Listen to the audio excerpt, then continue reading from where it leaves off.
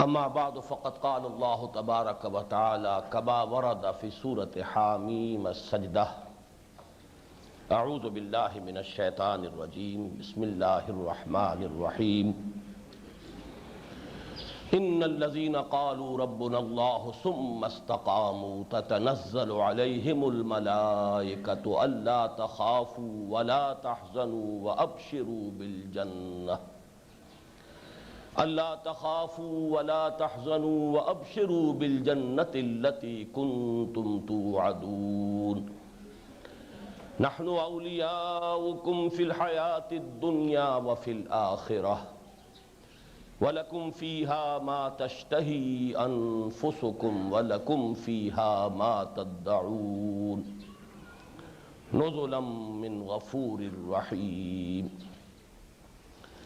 وقال عز وجل كما ورد في سورة يونس ألا إن أولياء الله لا خوف عليهم ولا هم يحزنون الذين آمنوا وكانوا يتقون لهم البشرى في الحياة الدنيا وفي الآخرة. وقال عز وجل في آخر سورة آل عمران ان فی خلق السماوات والارض واختلاف اللیل والنہار لآیات لأولی الالباب الذین یذکرون اللہ قیاما وقعودا وعلی جنوبہم ویتفکرون فی خلق السماوات والارض ربنا ما خلقت هذا باطلا سبحانک فقنا عذاب النار ربنا انك من تدخل النار فقد اخزيته وما للظالمين من انصار ربنا اننا سمعنا مناديا ينادي للايمان ان امنوا بربكم فآمنا ربنا فاغفر لنا ذنوبنا وكفر عنا سيئاتنا وتوفنا مع الابرار.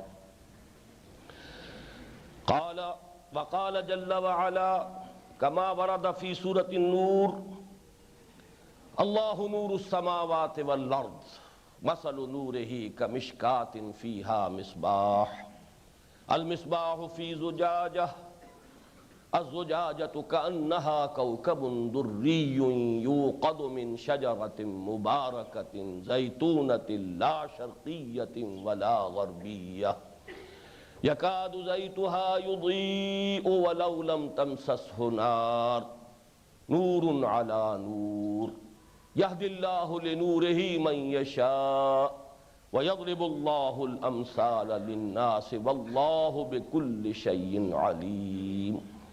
صدق الله العظيم. وقال النبي صلى الله عليه وسلم ما من مولود إلا يولد على الفطرة فأبواه يهودانه أو يمجسانه أو يشركانه أو ينصرانه أو كما قال صلى الله عليه وسلم. وقال صلى الله عليه وسلم إن هذه القلوب لتصدع كما يصدع الحديد إذا أصابه الماء. قيل فما جلاؤها يا رسول الله؟ قال كثرة ذكر الموت وتلاوة القرآن او كما قال صلی اللہ علیہ وسلم. رب اشرح لي صدری ويسر لي امری واحلل عقدة من لسانی يفقهوا قولی.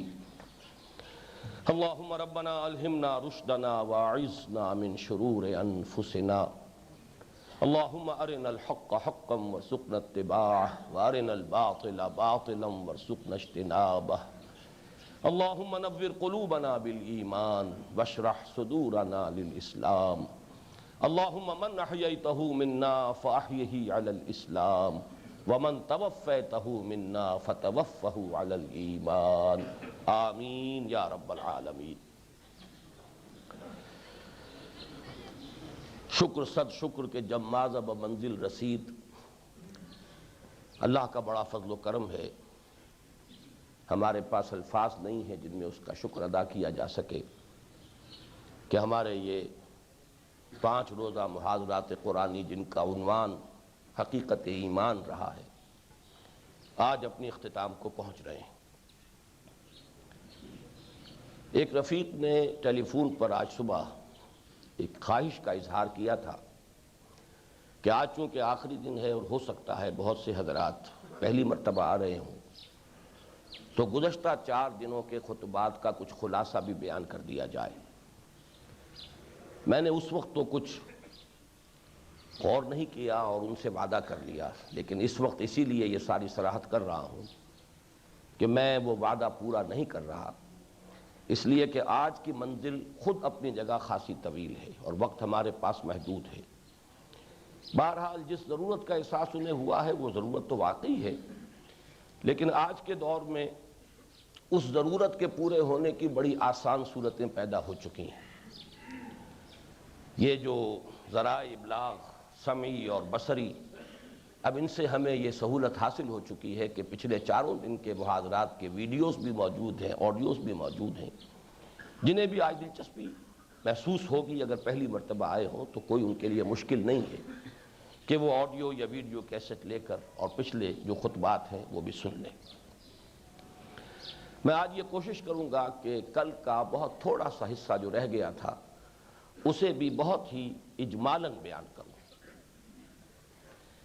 کل کا اصل مضمون ایمان کا اصل حاصل، ایمان کا اصل لب لباب،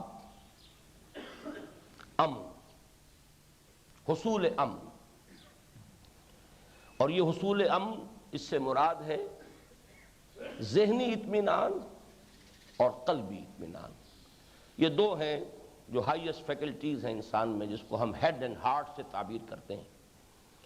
جو بھی کچھ الجھن ہوتی ہے، جو بھی کوئی رنج ہو، صدمہ ہو، غم ہو، فکر ہو، اندیشہ ہو، ان کا تعلق انہی 2 چیزوں سے ہے۔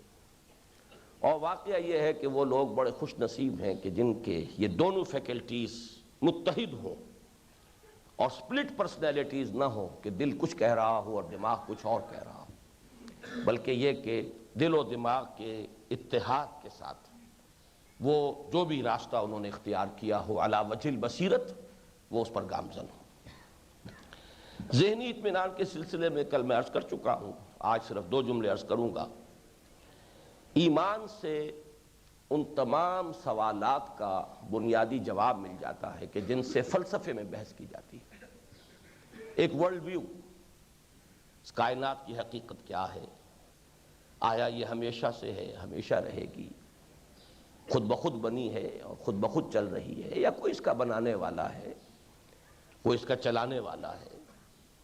اگر کوئی بنانے والا ہے، چلانے والا ہے، تو اس کی ذات کیسی ہے، صفات کیسی ہے؟ اس کے ساتھ ہمارا کوئی ربط و تعلق ہے؟ ربط حادث بالقدیم، اگر یہ کائنات حادث ہے اور وہ ذات قدیم ہے تو ان کے مابین ربط و تعلق کیا ہے؟ ہماری زندگی کی حقیقت کیا ہے؟ مبدأ و معاد جو میں نے عرض کیا تھا کہ حضرت مجدد الفسانی رحمۃ اللہ علیہ کی ایک کتاب کا عنوان ہے مبدأ و معاد۔ جب تک یہ معلوم نہ ہو کہ ہماری زندگی کے سفر کا آغاز کیا ہے اور اس کا آخری منزل کون سی ہے، سنی حکایت ہستی تو درمیان سے سنی، نہ ابتدا کی خبر ہے نہ انتہا معلوم، اس کا تو پھر منطقی نتیجہ یہی نکلتا ہے کہ نہ ابتدا کی خبر ہے نہ انتہا معلوم، رہا یہ وہم کہ ہم ہیں تو یہ بھی کیا معلوم۔ واقعہ یہ ہے کہ اس کا نتیجہ اسکیپٹسزم ہے یا ایگنوسٹسزم ہے، ارتیابیت ہے یا لا ادریت ہے۔ اسی طریقے سے خیر کیا ہے، شر کیا ہے، یہ کوئی مستقل ویلیوز ہیں یا کچھ ہمارا خیال ہی ہے، nothing is good or bad, only thinking makes it so، یہ حقیقت ہے، یا یہ کہ کوئی مستقل ویلیوز ہیں۔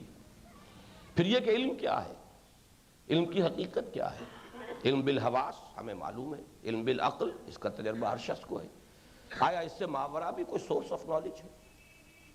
یہ بڑے بنیادی سوالات ہیں، فلسفے کی مختلف شاخیں بحث کرتی ہیں، میٹافزکس ہے، اسی طرح ایتھکس ہے، اسی طریقے سے ایپسٹیمولوجی ہے، سائیکالوجی ہے، انسان جو ہے اس کے محرکات عمل کیا ہیں؟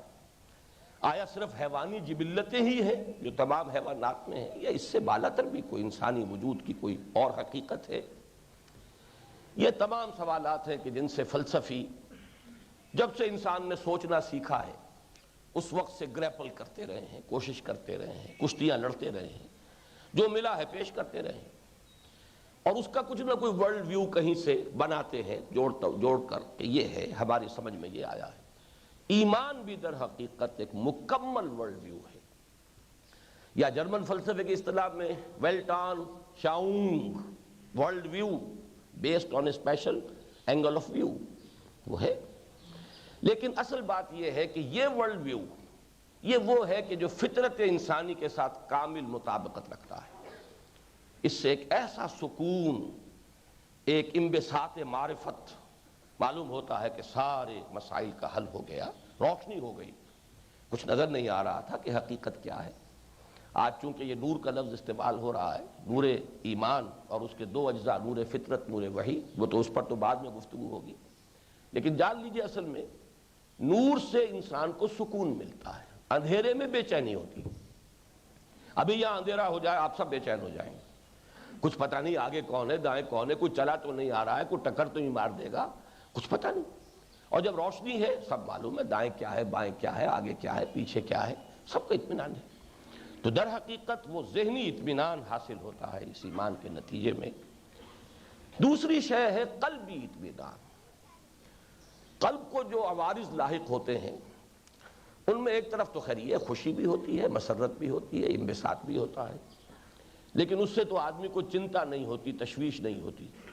لیکن جب غم ہو، رنج ہو، حزن ہو، صدمہ ہو، کرب ہو، دکھ ہو، جیسے کہ مہاتما گوتم بدھ کے الفاظ سروم دکھم، اس کائنات میں دکھ ہی دکھ ہے، یہاں تو کوئی سکھ چین کا نام ہی نہیں ہے، دکھ ہی دکھ ہے۔ اور آج کل کا ایک جدید فلسفہ ایگزسٹانشلزم، اس کا بڑا جس نے کہ اسے بہت مرغوب بنا دیا ہے نوجوانوں میں، وہ یہی ہے، وجود کا کرب کو انسان محسوس کرتا ہے۔ تو ایک طرف رنج ہے، غم ہے، دوسرے اندیشے ہیں، خدشے ہیں، یوں نہ ہو جائے ایسے نہ ہو جائے، وہ میرا کچھ بگاڑ دے گا، اس سے نقصان ہو جائے گا، وہ شیر کھڑا ہے کھا جائے گا، یہ سانپ ہے کاٹ لے گا، یا فلاں دشمن ہے، فلاں میرا افسر ہے، باس ہے، وہ ناراض ہو گیا ہے۔ تو یہ دو چیزیں ہیں جن کو قرآن نے خوف اور حزن، امن در حقیقت نام ہے خوف اور حزن کے زائل ہو جانے کا، رستگاری۔ اگر ان دو چیزوں سے انسان کو اطمینان حاصل ہو جائے تو یہ قلبی امن ہے، قلبی سکون۔ اس پر کل گفتگو ہوئی تھی اور اس میں چونکہ لفظ تصوف بھی استعمال ہو گیا تھا اور احسان کی اصطلاح جو خالص قرآنی ہے، تو اس پر جو مستفسرین حضرات تھے ان میں سے ایک صاحب نے جو سوال کیا تھا، میں چاہتا ہوں کہ یہ تصوف کے حوالے سے، اگرچہ میں نے ان کے سوال کا جواب تو دے دیا تھا، کہ جو تصوف کا موضوع ہے اس کے لیے قرآنی اصطلاح ہے مرتبہ ولایت، موالات باہمی، اللہ اور بندے کے مابین باہمی دوستی۔ اللہ مولا ہے انسانوں کا، ولی ہے، اللہ ولی الذین آمنوا یخرجہم من الظلمات الی النور، اور بندہ مومن وہ در حقیقت اللہ کے ولی ہیں، اللہ کے دوست ہیں۔ الا ان اولیاء اللہ لا خوف علیہم ولا هم یحزنون۔ لیکن یہ کہ کچھ تھوڑا سا مجھے یہ خیال ہوا اور میں کل نوٹ کر کے بھی لایا تھا، لیکن چونکہ وقت نہیں تھا اس لیے میں اس پر گفتگو نہیں کر سکا۔ تصوف کے بارے میں بھی چونکہ بہت کچھ اشکالات ذہنوں میں ہیں، تو میں چاہتا ہوں کہ چند منٹ آج لے لوں اس کام پر کہ میں اب تک کا جو بھی حاصل مطالعہ ہے یا غور و فکر کے جو نتائج ہیں تصوف کے بارے میں، وہ بھی میں آپ حضرات کے سامنے رکھ دوں، اس لیے کہ اس کا بڑا گہرا تعلق جو ہے ایمان کی بحث سے ہے۔ اس لیے کہ میرے نزدیک تصوف کا جو اصل ہدف ہے وہ یہی ہے کہ ایمان انسان کے قال سے بڑھ کر حال کی شکل اختیار کر لے، یہ تصوف کا اصل مقصد ہے۔ ایک ہے قول، اقرار باللسان، آمنت باللہ و ملائکتہ، آمنت باللہ کما ہوا باسمائہ و صفاتہ، لیکن جب یہ ایمان قال سے گزر کر حال بن جائے، یہ شے دیگر ہے اب یہ جس کو ہم اب تک یقین سے تعبیر کرتے رہے یا حقیقی ایمان سے، اس کی تعبیر کی ایک صورت یہ ہے کہ ایمان انسان کا حال بن جائے۔ اس اعتبار سے تصوف کی بحث جو ہے وہ ایمان کی بحث سے جدا نہیں ہے۔ چند باتیں میں نے نوٹ کی ہیں اور جلدی کوشش کروں گا، اس لیے کہ مجھے معلوم ہے کہ اب آج کا اصل سبق تو ابھی باقی ہے۔ پہلی بات نوٹ فرما لیجئے کہ تصوف ایک مجہول النسب لفظ ہے، اصطلاح ہے، اس کا نسب ہی معلوم نہیں۔ صرف اس پر اکتفا نہیں کر رہا میں کہ یہ کہوں کہ یہ نہ قرآن میں ہے نہ حدیث میں ہے۔ قرآن اور حدیث میں تو اور بھی بہت سے الفاظ نہیں ہیں، اور لیکن وہ ہمارے ہاں قبول عام حاصل کیے ہوئے۔ مذہب کا لفظ نہ قرآن میں نہ حدیث میں، قرآن میں تو میں یقین کے ساتھ کہہ سکتا ہوں، اس لیے کہ وہ تو ما بین الدفتین ہمارے سامنے ہے۔ حدیث میں ممکن ہے کہیں آیا وہ ذخیرہ اتنا وسیع ہے کہ کوئی کیٹیگوریکل کوئی سٹیٹمنٹ نہیں دیا جا سکتا۔ اسی طریقے سے عقیدہ، میرے علم کی حد تک تو نہ قرآن میں نہ حدیث میں یہ بھی بات کی اصطلاح ہے، لیکن یہ ہے کہ بہرحال ان اصطلاحات کو تو ہم لوگ تسلیم کرتے ہیں، بڑے سے بڑا وہابی بھی تسلیم کرتا ہے، لیکن تصوف پر آ کر جو ہے وہ کچھ وہ اٹکتی ہے، وہ کڑوی گولی حلق کے۔ تو یہ جان لیجئے کہ یہ حقیقت ہے کہ یہ نہ قرآن اور حدیث کی اصطلاح ہے اور نہ ہی اس کا نسب معلوم، مجہول النسب ہے، اس لیے کہ یہ بن سکتا ہے باب تفاعل تو صوف سے بن سکتا ہے، بئی معنی کہ ابتدائی جو صوفیاء تھے وہ اپنے جسم کو تکلیف دینے کے لیے اونی لباس پہنتے تھے، کمبل اسی کا لباس بنا ہوا ہے تاکہ وہ کاٹتا رہے اندر، وہ نرم اور بہت ہی نرم و نازک لباس نہیں، تو اس سے شاید یہ بنا ہے۔ کچھ لوگ کھینچ تان کر کے کوشش کرتے ہیں صفا سے مشتق قرار دے دیں، وہ بنتا نہیں کسی قاعدے سے بھی۔ صفائے قلب یقیناً اس کا موضوع تو ہے، لیکن صفا سے تصوف کا لفظ میرے نزدیک، میرے علم کی حد تک جتنی تھوڑی سی صرف و نحو میں جانتا ہوں اس سے نہیں بنتا۔ دوسری بات یہ کہ تصوف کے دو رخ ہیں، جو تصوف آج تک بھی ہے سامنے۔ ایک اس کا فلسفیانہ رخ ہے۔ یہاں تھوڑی سی وضاحت کرنا چاہوں گا کہ اگرچہ مسلمانوں میں فلسفیوں کی حیثیت سے تو کچھ اور اشخاص مشہور ہیں، کندی، فارابی، ابن سینا، ابن رشد، لیکن یہ حضرات جو ہیں سب کے سب ارسطو کے متبعین، اور انہوں نے ارسطو کی منطق کے حوالے سے دین کو سمجھنے کی کوشش کی ہے اور بڑی سخت ٹھوکریں کھائی۔ یہ انہی نتائج تک تقریباً پہنچے ہیں جن کی ہمارے ہاں ایک بڑی اہم مثال ہے۔ آج اگر آ گئے ہمارے ڈاکٹر ظفر اسحاق انصاری صاحب، تو جس جگہ وہ آج ہیں وہاں ہوتے تھے ڈاکٹر فضل الرحمان صاحب۔ ڈاکٹر فضل الرحمان صاحب کی کتاب اسلام بہت بدنام ہوئی پاکستان میں، اور اس پر اس کے خلاف 68 میں ایجیٹیشن چلا تھا، اور وہ ایجیٹیشن ہی در حقیقت ایوب خان کے زوال کا نقطۂ آغاز تھا، بلکہ نقطۂ آغاز تو وہ فروری میں جو عید الفطر کے چاند کا جھگڑا ہوا تھا وہ تھا، لیکن یہ کہ وہ پھر اپنے زینت کو پہنچا ہے وہ اینٹی فضل الرحمان جو ایک ایجیٹیشن ہوا۔ تو انہوں نے جو نبوت کا تصور پیش کیا اور وحی کا، وہی ہے کہ جو ان فلاسفہ کا تصور ہے، بلکہ ان کی ڈاکٹریٹ کا اصل میں تھیسس اسی موضوع پر تھا، کانسیپٹ آف پروفیسی ان اسلام، اور وہ ہمارے جو متکلمین ہیں یا اہل سنت ہیں ان کے نزدیک وہ تقریباً کفر کے درجے کو پہنچ جانے والی بات ہے، اسی لیے وہ اس قدر شدت کے ساتھ جو ہے ویجیٹیشن ہوا تھا۔ اصل میں مسلمانوں کے صحیح فلسفی صوفیاء ہیں۔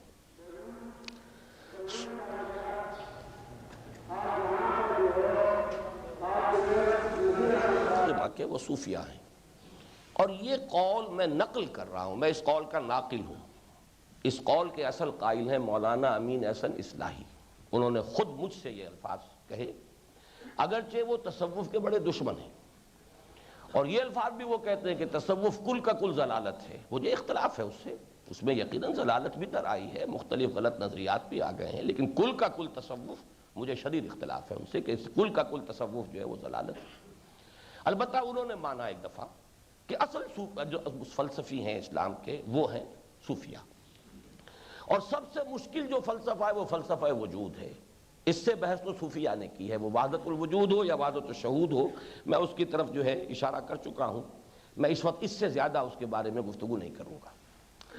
تو جہاں تک تو فلسفیانہ پہلو ہے تصوف کا، وہ تو بہت کم لوگ ہیں کہ جو اتنی اہلیت رکھتے ہوں کہ ان مسائل کو سمجھیں۔ یہ مشکل ترین مسئلہ ہے فلسفے کا، ماہیت وجود، لیکن یہ کہ جو تصوف کا عملی پہلو ہے وہ ہے جو زیادہ لوگوں کے علم میں ہے۔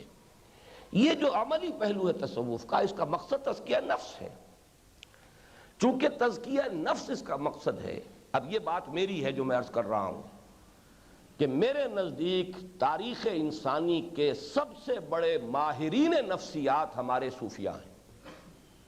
جس گہرائی میں انہوں نے نفس انسانی کی جو گہرائیاں ہیں ان میں اتر کر مشاہدہ کیا ہے کہ کیا حقائق ہیں، کیا کچھ ان کے اندر، کیا کچھ جو ہے معجزن ہے، کیسے کیسے طوفان ہے انسان کے نفس کے اندر، تو صوفیاء کرام سے بڑھ کر کوئی جدید تو واقعہ یہ ہے کہ جو مادہ پرستانہ نقطہ نظر رکھنے والے جو ماہرین نفسیات ہیں ان کو تو وہاں تک رسائی حاصل ہی نہیں، لیکن یہ ہے کہ جو گہرائی، اگر آپ جو انسانوں کی قسمیں بیان کی ہیں شاہ ولی اللہ دہلوی رحمۃ اللہ علیہ نے نفسیات کے حوالے سے، اب میں تو جب پہلی مرتبہ پڑھا دنگ رہ گئی، اب اس وقت میں اس کی تفصیل میں نہیں جا سکتا۔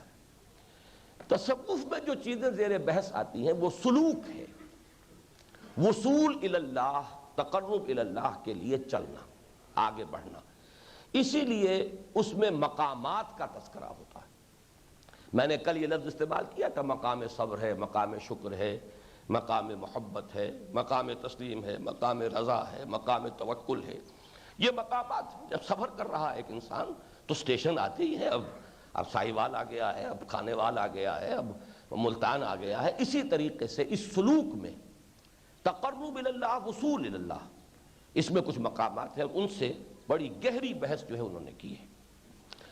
اور ہمارے صوفیہ کا کہنا یہ ہے کہ اصل میں فلسفیوں کی تو رسائی ہے ہی نہیں۔ میں خود ابھی اس کی میں نے تائید کر چکا ہوں کہ فلسفہ، کل میں نے الفاظ استعمال کیے تھے، فلسفہ محض جس میں سارا دار و مدار منطق پر ہو، اور منطق وہ ہے جو ہمارے حواس اور ہمارے مشاہدات سے جو معلومات حاصل ہوتی ہیں ان پر مبنی ہے۔ اس کا جو منطقی انتہا ہے، اس کی کلائمیکس، اس کا لاجیکل، اس کا جو ہے اینڈ، وہ ارتیابیت ہے اور یا لادریت۔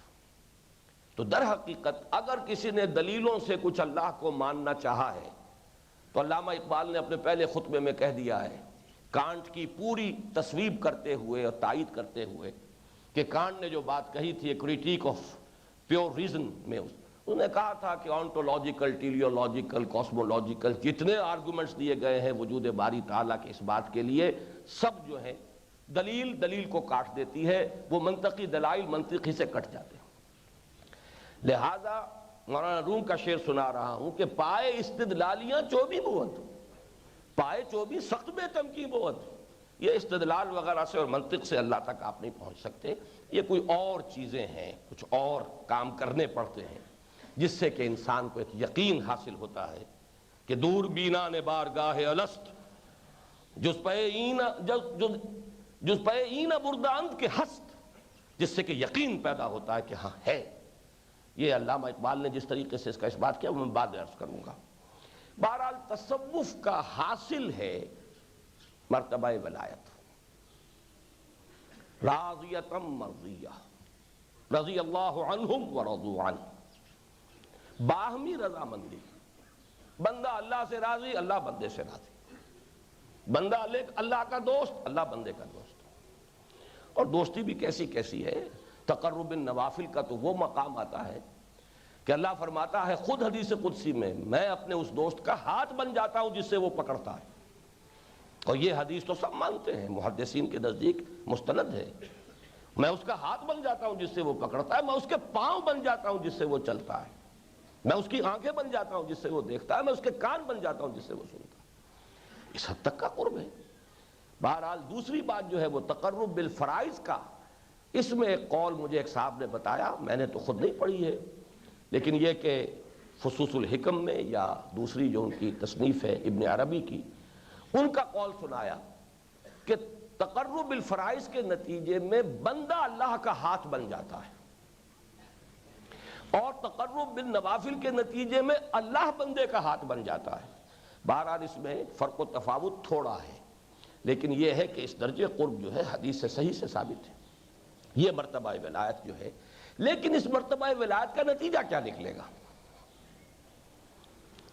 اب وہ اسلام ایمان کی منزلیں طے ہو کر بندہ احسان کے مرتبے پر فائز ہوگا، اس لیے کہ یہ ایمان ہی کی گہرائی تو ہے، در حقیقت یہ اسی کی انٹینسٹی، اس کی گہرائی، اس کی شدت، اس کی گہرائی ہی میں تو اضافہ ہے۔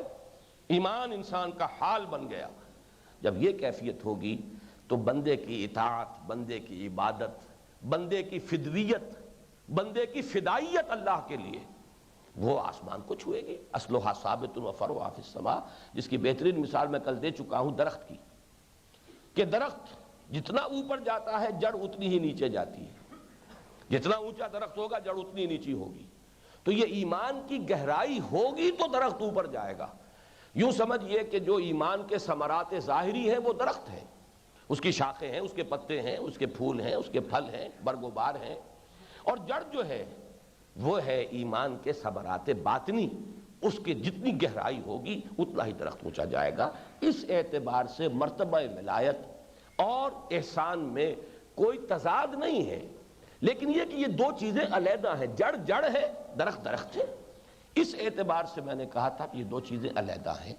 ایمان کا حال بن جانا یہ مرتبہ ولایت ہے، اور پھر اس کا ظہور ہوگا اطاعت، جہاد فی سبیل اللہ، جان اور مال لگا دینا، فدویت، فدائیت، ہر وقت انسان حاضر، واپس نہیں پھیرا کوئی فرمان جنوں کا، تنہا نہیں لوٹی کبھی آواز جرس کی، خیریت جاں راحت تن صحت دامہ، سب بھول گئی مصلحتیں اہل ہوس کی۔ ایک بات اور اس میں عرض کر دوں، کل وہ بات رہ گئی تھی، ایمان کے جو مقامات جو میں نے سلوک کے کل بیان کیے، ان میں سے ایک تو ہو گیا تھا بیان، تسلیم و رضا، راضی برضائے رب۔ انسان یہ جان لے، اس لیے کہ جو بھی کچھ ہو رہا ہے اس میں چاہے کتنے ہی اسباب و علل ہیں مادی، لیکن اصل مسبب الاسباب اللہ ہے۔ جو کچھ ہو رہا ہے اس کا مطلب ہے باذن رب ہو رہا ہے، تو میرے رب کی طرف سے ہے، تو ہر چے ساقی ماریخت عین الطافست، کشتگان خنجر تسلیم را، ہر زماز غیب جانے دیگر است۔ پھر جو میرے رب کی طرف سے آئے اس پر کیا شکوہ، کیا شکایت، کیا رنج، کیا غم، یقیناً اسی میں میری خیر ہے۔ میں تو شارٹ سائٹڈ ہوں، میں نہیں جانتا کہ میرا خیر کس میں ہے۔ عسیٰ ان تکرہوا شیئا وہو خیر لکم وعسیٰ ان تحبوا شیئا وہو شر لکم واللہ یعلم وانتم لا تعلمون۔ تو معلوم یہ ہوا کہ راضی برضائے رب یہ در حقیقت ایک ہے تسلیم و رضا۔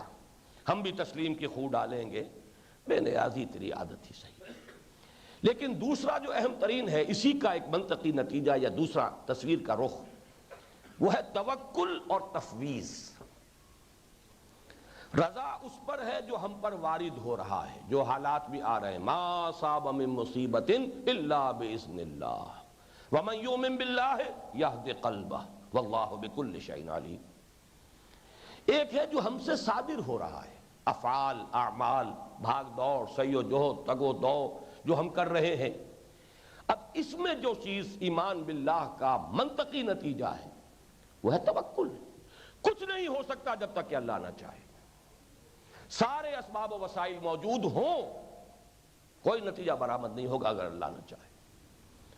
اگر آپ کا یہ خیال ہے کہ صبح مجھے جانا ہے راولپنڈی اور گاڑی بھی ٹھیک ہے، سروس بھی آج ہوئی ہے، پیٹرول بھی ہے، بس چلوں گا، معلوم ہوا آپ محجوب ہو گئے، اللہ کو بھول گئے، اللہ بیچ میں یاد نہیں رہا۔ وہ جو کل امام راضی کا میں نے آپ کو قول سنایا تھا کہ معرفت کا اونچا مقام تو یہ ہے کہ ہر شے سے پہلے اللہ نظر آئے، درمیانی مقام یہ کہ ہر شے کے ساتھ ہی اللہ بھی نظر آئے، اور یہ بڑا گھٹیا درجہ ہے کہ ہر واقعے کے وقوع کے بعد تو اللہ یاد آ جائے، یہ تو بڑا گھٹیا ہے، پر ہمیں تو کبھی یاد آتا ہی نہیں۔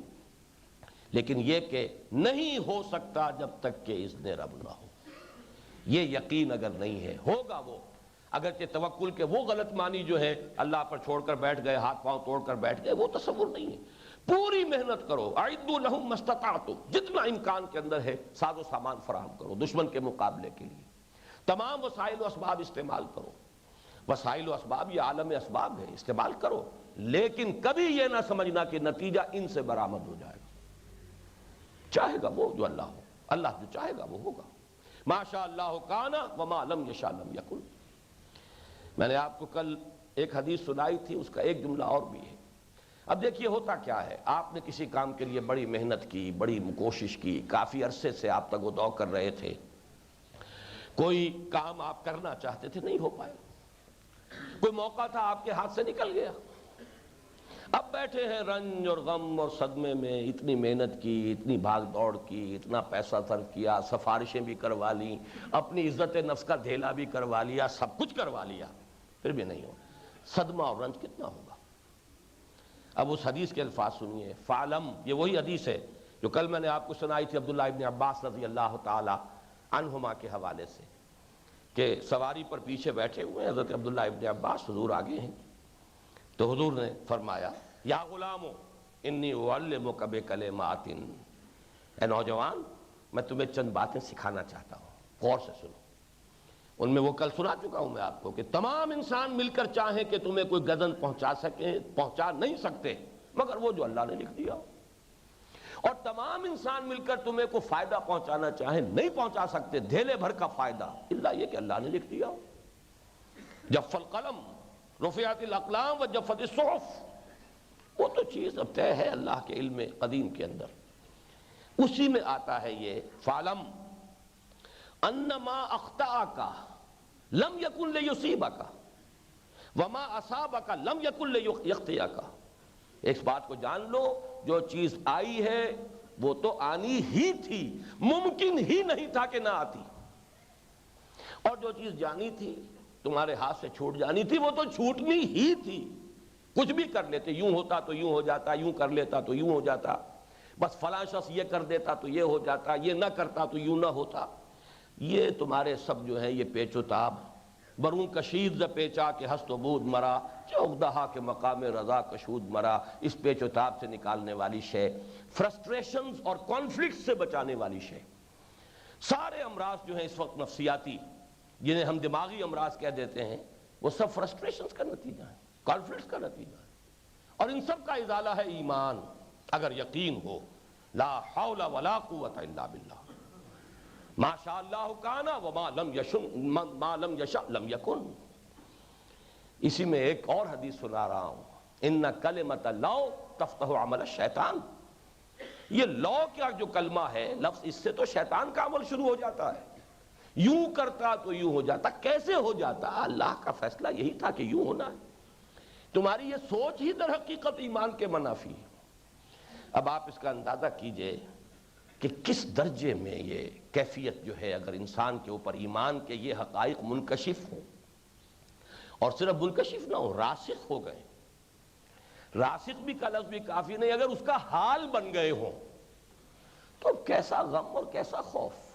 خوف کس سے؟ وہ ہوگا جو اللہ چاہے گا، کسی کے ہاتھ میں میرا نہ برائی ہے نہ بھلائی ہے، نہ عزت کا ڈھیلا کرائے گا آدمی کسی کے سامنے خوشامد کر کے، ٹھیک ہے جلدی ضرورت کی حد تک ایک بات کہہ دیجئے، پھر اگر اللہ کو منظور ہوگا وہ بات وہ مان لے گا، نہیں مانے گا تو جائے، اس کا مطلب ہے اللہ کو منظور نہیں، جائے دفع ہو۔ یہ نہیں کہ لگے ہوئے اور خوش آمدیں کر رہے ہیں اور یہ ہے اور اپنی عزت نفس کا جو ہے وہ دھیلا کروا رہے ہیں، یہ نہیں ہوگا۔ تو یہ ہے در حقیقت اصل میں حاصل ان دونوں کا کیا ہے، اسے نوٹ کیجئے، ان دو کا مرتبہ، یہ دونوں کا نتیجہ جو ہے تفویض اور توکل ایک، تسلیم و رضا دو۔ تسلیم و رضا کو بریکٹ کر لیجئے اور تفویض اور توکل کو بریکٹ کر لیجئے، اور رضا بریکٹ کر لیجئے، یہ تقریباً ایک ہی شے ہے۔ توکل اور تفویض تھوڑا تھوڑا فرق تو بہرحال دو الفاظ ہیں تو کونوٹیشن میں کچھ نہ کچھ تو فرق ہوگا، لیکن تفویض جو ہے توکل سے اگلا مرحلہ ہے۔ وَأُفَوِّضُ أَمْرِي إِلَى اللَّهِ إِنَّ اللَّهَ بَصِيرٌ بِالْعِبَادِ، میں اپنا معاملہ اللہ کے حوالے کرتا ہوں، جو اس کا فیصلہ ہو میں اس پر راضی ہوں۔ یہ ایک ذہنی کیفیت ہے انسان کی، یا قلبی کیفیت کہیے۔ یہ تفویض جو ہے، ٹھیک ہے میں محنت کر رہا ہوں، کوشش کر رہا ہوں، جو بھی میری سمجھ میں آ رہا ہے اس کے مطابق اپنے فرائض ادا کر رہا ہوں، اس کے لیے بھاگ دوڑ کر رہا ہوں، یہ نہ ہو not to leave any stone unturned، جو بھی آپ کر سکتے ہوں وہ پتھر تو آپ کو الٹنا ہی الٹنا ہے، لیکن اس کے بعد توکل بھی اللہ پر، اللہ تتخذوا من دونی وکیلا، اور معاملہ اللہ کے سپردم بے تو ما خیشرا تو دانی حساب کم و بیشرا۔ یہ چیز جو ہے تفویض، اس قدر اس میں سکون ہے، اتنا اطمینان ہے، کاہے کی چنتا، کاہے کی تشویش۔ اس میں بڑا پیارا شعر ہے فارسی کا، یہ جو حقائق جو ہیں متصوفانہ حقائق، یہ میں جان بوجھ کر لفظ استعمال کر رہا ہوں، ہیں تو ایمانی حقائق، لیکن یہ کہ خوبصورتی کے ساتھ ادا ہوئے ہیں فارسی ادب میں اور شاعری میں۔ کس قدر پیارا شعر ہے، کار ساز ماں بے فکر کار ماں، فکر ماں در کار ماں آزار ماں۔ دیکھیں اس شعر کو آپ سمجھ نہیں سکیں گے جب تک وہ حدیث سامنے نہ ہو، من کان فی حاجت اخیہ کان اللہ فی حاجتہ، یہ تو حدیث ہے۔ جو مسلمان اپنے کسی مسلمان بھائی کے کام میں لگا ہوا ہے، اس کی کوئی ضرورت پوری کر رہا ہے، تکلیف رفع کر رہا ہے، کچھ اور جو بھی کر سکتا ہے کر رہا ہے، اللہ اس کے کام پورے کرنے میں لگ جاتا ہے۔ من کان فی حاجت اخی کان اللہ فی حاجت ہی، یہ تو ابھی ایک انسان کا، اگر آپ اللہ کے کام میں لگ جائیں تو کیا اتنا اللہ تعالیٰ بے مروت ہے؟ کیا اندازہ کرتے ہیں اس کے بارے میں؟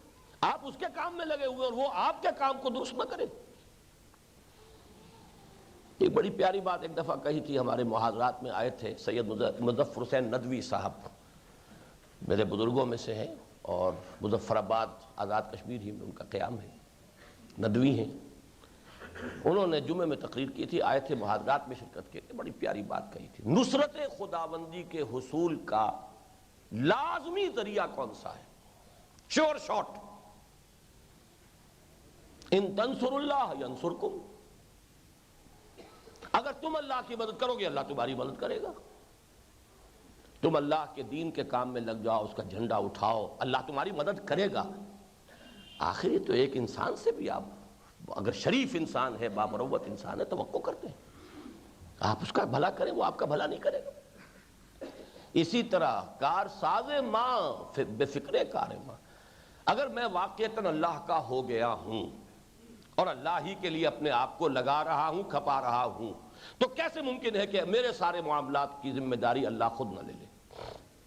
جب میرا کارساز ہی میرے معاملات کی فکر میں ہے تو مجھے اور کسی چنتا کی ضرورت کیا ہے؟ اور اگر میں خود کروں گا تو کچھ نہ کچھ بگاڑ بیٹھوں گا، میرا علم کامل نہیں، میں کہیں ٹھوکر کھاؤں گا۔ تو فکر ماں در کار ماں آزار ماں، اگر میں اپنے معاملات کا سارا سلسلہ اپنے ہاتھ میں لے لیتا ہوں تو اپنے آزار کا سبب بن جاتا ہوں۔ یہ ہے تفویض، افوض امری اللہ ان اللہ بصیر بالعباد۔ تو نوٹ کر لیجئے، بنیادی اصطلاح ہے عبدیت، عبدیت کی شدت اور گہرائی، مرتبہ ولایت، اور الا ان اولیاء اللہ لا خوف علیہم ولا هم یحزنون، اور وہ کوئی اور مخلوق، کوئی اور سپیشیز نہیں ہے انسانوں میں سے ہی۔ ایمان کی گہرائی، الذین آمنوا وکانوا یتقون لہم البشریٰ فی الحیات الدنیا والآخرہ، بشارتیں ان کے لیے دنیا میں بھی اور آخرت میں بھی، کوئی رنج غم افسوس اس کا کوئی سوال نہیں۔ راضیۃ مرضیہ، رضی اللہ تعالی عنہم، رضی اللہ عنہم ورضوا عنہ، 4 مرتبہ آیا قرآن مجید۔ انہی حقائق کے لیے میں اب آپ کو ایک دعا سنا رہا ہوں۔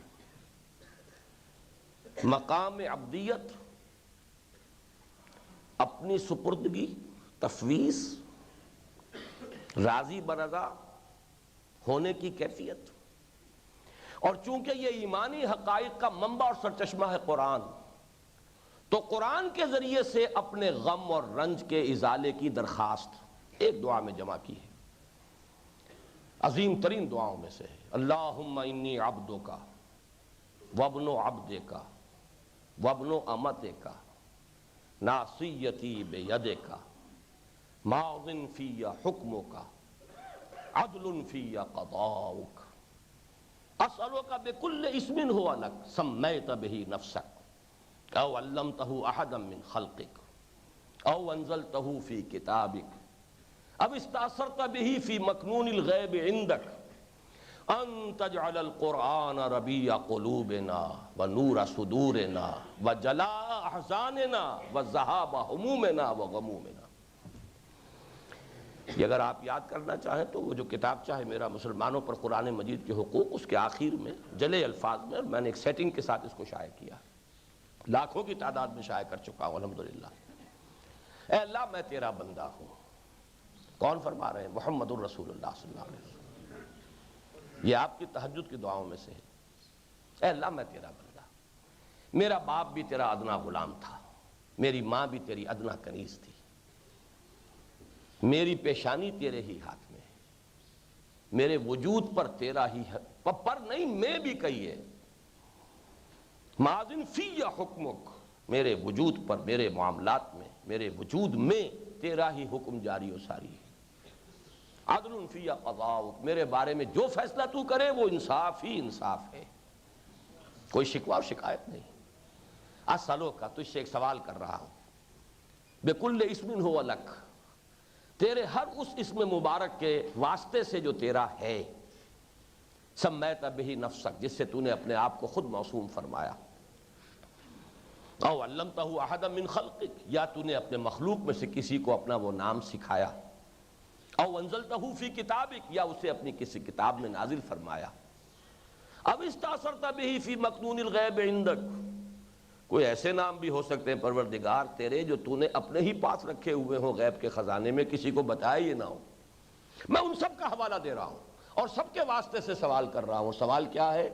ان تجعل القرآن ربیع قلبی، اس قرآن کو میرے دل کی بہار بنا دے، ونور صدری، میرے سینے کا نور بنا دے، وجلاء حزنی، میرے حزن کی جلا دور کرنے والی شے، وذہاب ہمومی وغمومی، میرے ہموم، تفکرات اور غموں کے ازالے کا ذریعہ بنا دے۔ عظمت قرآن پر اس سے اونچی کوئی بات اب نہیں ہو سکتی۔ محمد الرسول اللہ، قدر گوہر شاہ دانت یا بے دانت گوہری، محمد ہی جانتے ہیں صلی اللہ علیہ وسلم اصلاً کہ اس قرآن کی عظمت کیا ہے۔ یا اللہ جانتا، اللہ تو جانتا ہی ہے، اس کا کلام ہے۔ میں اس بحث کو اس وقت کنکلوڈ کر رہا ہوں ایک بات پر، یہ جو تسلیم و رضا کو بریکٹ کر لیجئے، پھر جمع توکل و تفویض، ان سب کا نتیجہ ایمان بالقدر ہے۔ حافظ صاحب نے شاید کل یا پرسوں فرمایا تھا کہ ایمانیات 5 ہیں، بہت بڑا مغالطہ ہے، جس طرح جہاد کا آپ نے مغالطہ رفع کیا، یہ بھی رفع کر لیجئے۔ ایمانیات میں ایک چھٹی چیز لازماً شامل ہے، اور وہ ہے ایمان بالقدر۔ چنانچہ جو حدیث بار بار جس کا حوالہ آیا ہے، حدیث جبرائیل، اس میں بڑے اہتمام کے ساتھ وَتُؤْمِنَ بِالْقَدْرِ خَيْرِهِ وَشَرِّهِ، اس لیے اس کو آپ اس کو اصل میں آج کل کا ہمارا ایک خاص ریشنلسٹک انداز فکر ہے، تو تقدیر کے بارے میں بات کرتے ہوئے آدمی کہتا ہے اس باب کو بندی رکھو تو اچھا ہے۔ ذرا ہے مشکل باب، کچھ معمہ ہے، لیکن یہ کہ آخر کوئی وجہ ہے کہ محمد الرسول اللہ صلی اللہ علیہ وسلم حدیث جبرائیل کے اندر وضاحت کے ساتھ کہہ رہے ہیں وَتُؤْمِنَ بِالْقَدْرِ خَيْرِهِ وَشَرِّهِ۔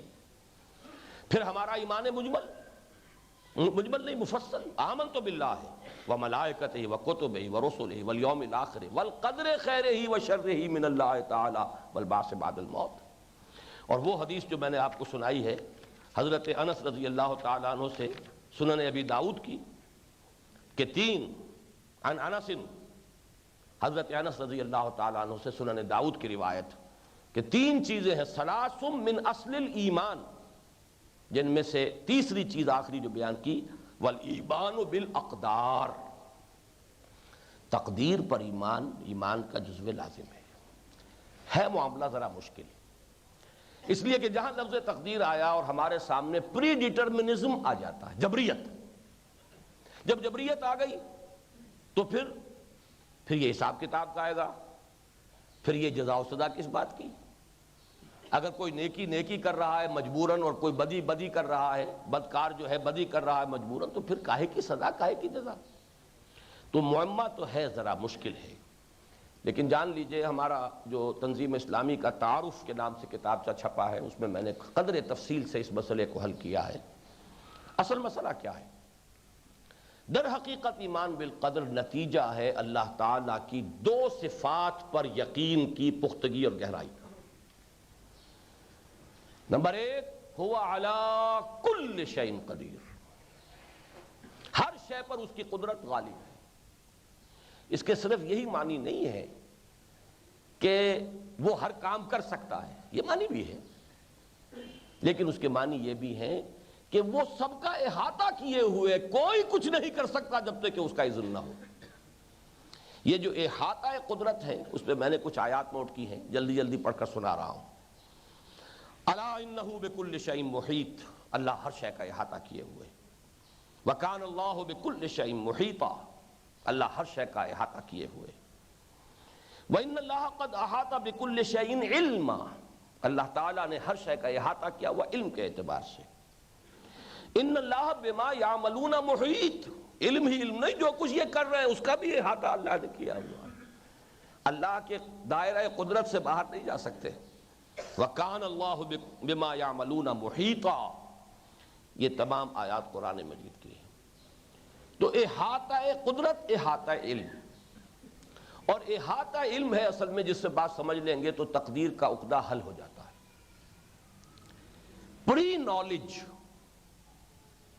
پری ڈیٹرمینیشن کو مستلزم نہیں ہے. آپ کو کسی شے کا علم پہلے ہو گیا، اس کے یہ معنی نہیں ہے کہ اگر وہ شے ہو رہی ہے تو آپ کے جبر کی وجہ سے ہو رہی ہے. ان دو کو سپلٹ کر لیجیے. Pre knowledge is something else, predetermination is something else. سادہ ترین مثال ہے کہ آپ کسی بچے کے بارے میں اندازہ کرتے ہیں، آپ نے کھلونا ایک طرف رکھ دیا کہ لا محالہ یہ بچہ ادھر متوجہ ہوگا، اور آپ کا اندازہ صحیح ثابت ہو گیا. لیکن کیا آپ کے جبر کے تحت بچے نے ادھر توجہ کی؟ حقیقت صرف اتنی ہے، you could guess it، آپ اندازہ کر سکتے تھے بس.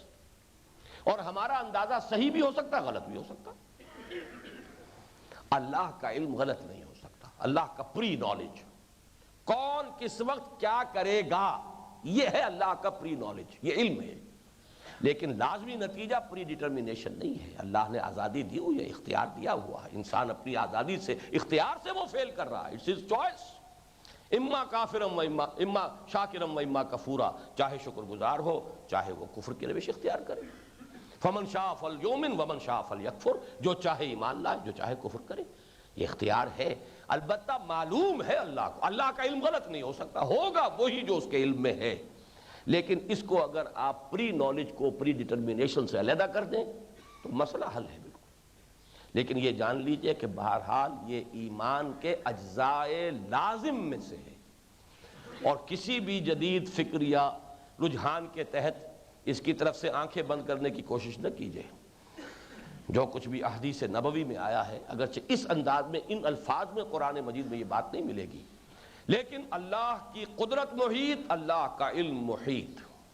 اللہ عالم ما کان و ما یکون، جو ہوگا وہ اس کے علم میں ہے. لہذا جو کچھ میں کل کروں گا وہ جانتا ہے. لیکن اس کا مطلب یہ نہیں ہے کہ جو کچھ میں کل کروں گا اس کے جبر کی وجہ سے کروں گا. جو کچھ کروں گا وہ میرا اپنا چوائس ہوگا، بٹ ہی نوز اٹ.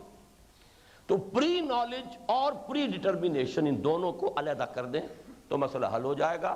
گڑبڑ ساری وہاں ہوتی ہے جہاں ان کو گرا دے دی جاتی ہے آپس میں. بس یہ تو تھا کل کے بارے میں جو بھی کچھ تھا. اب آگے آئیے آج کا جو ہمارا موضوع ہے.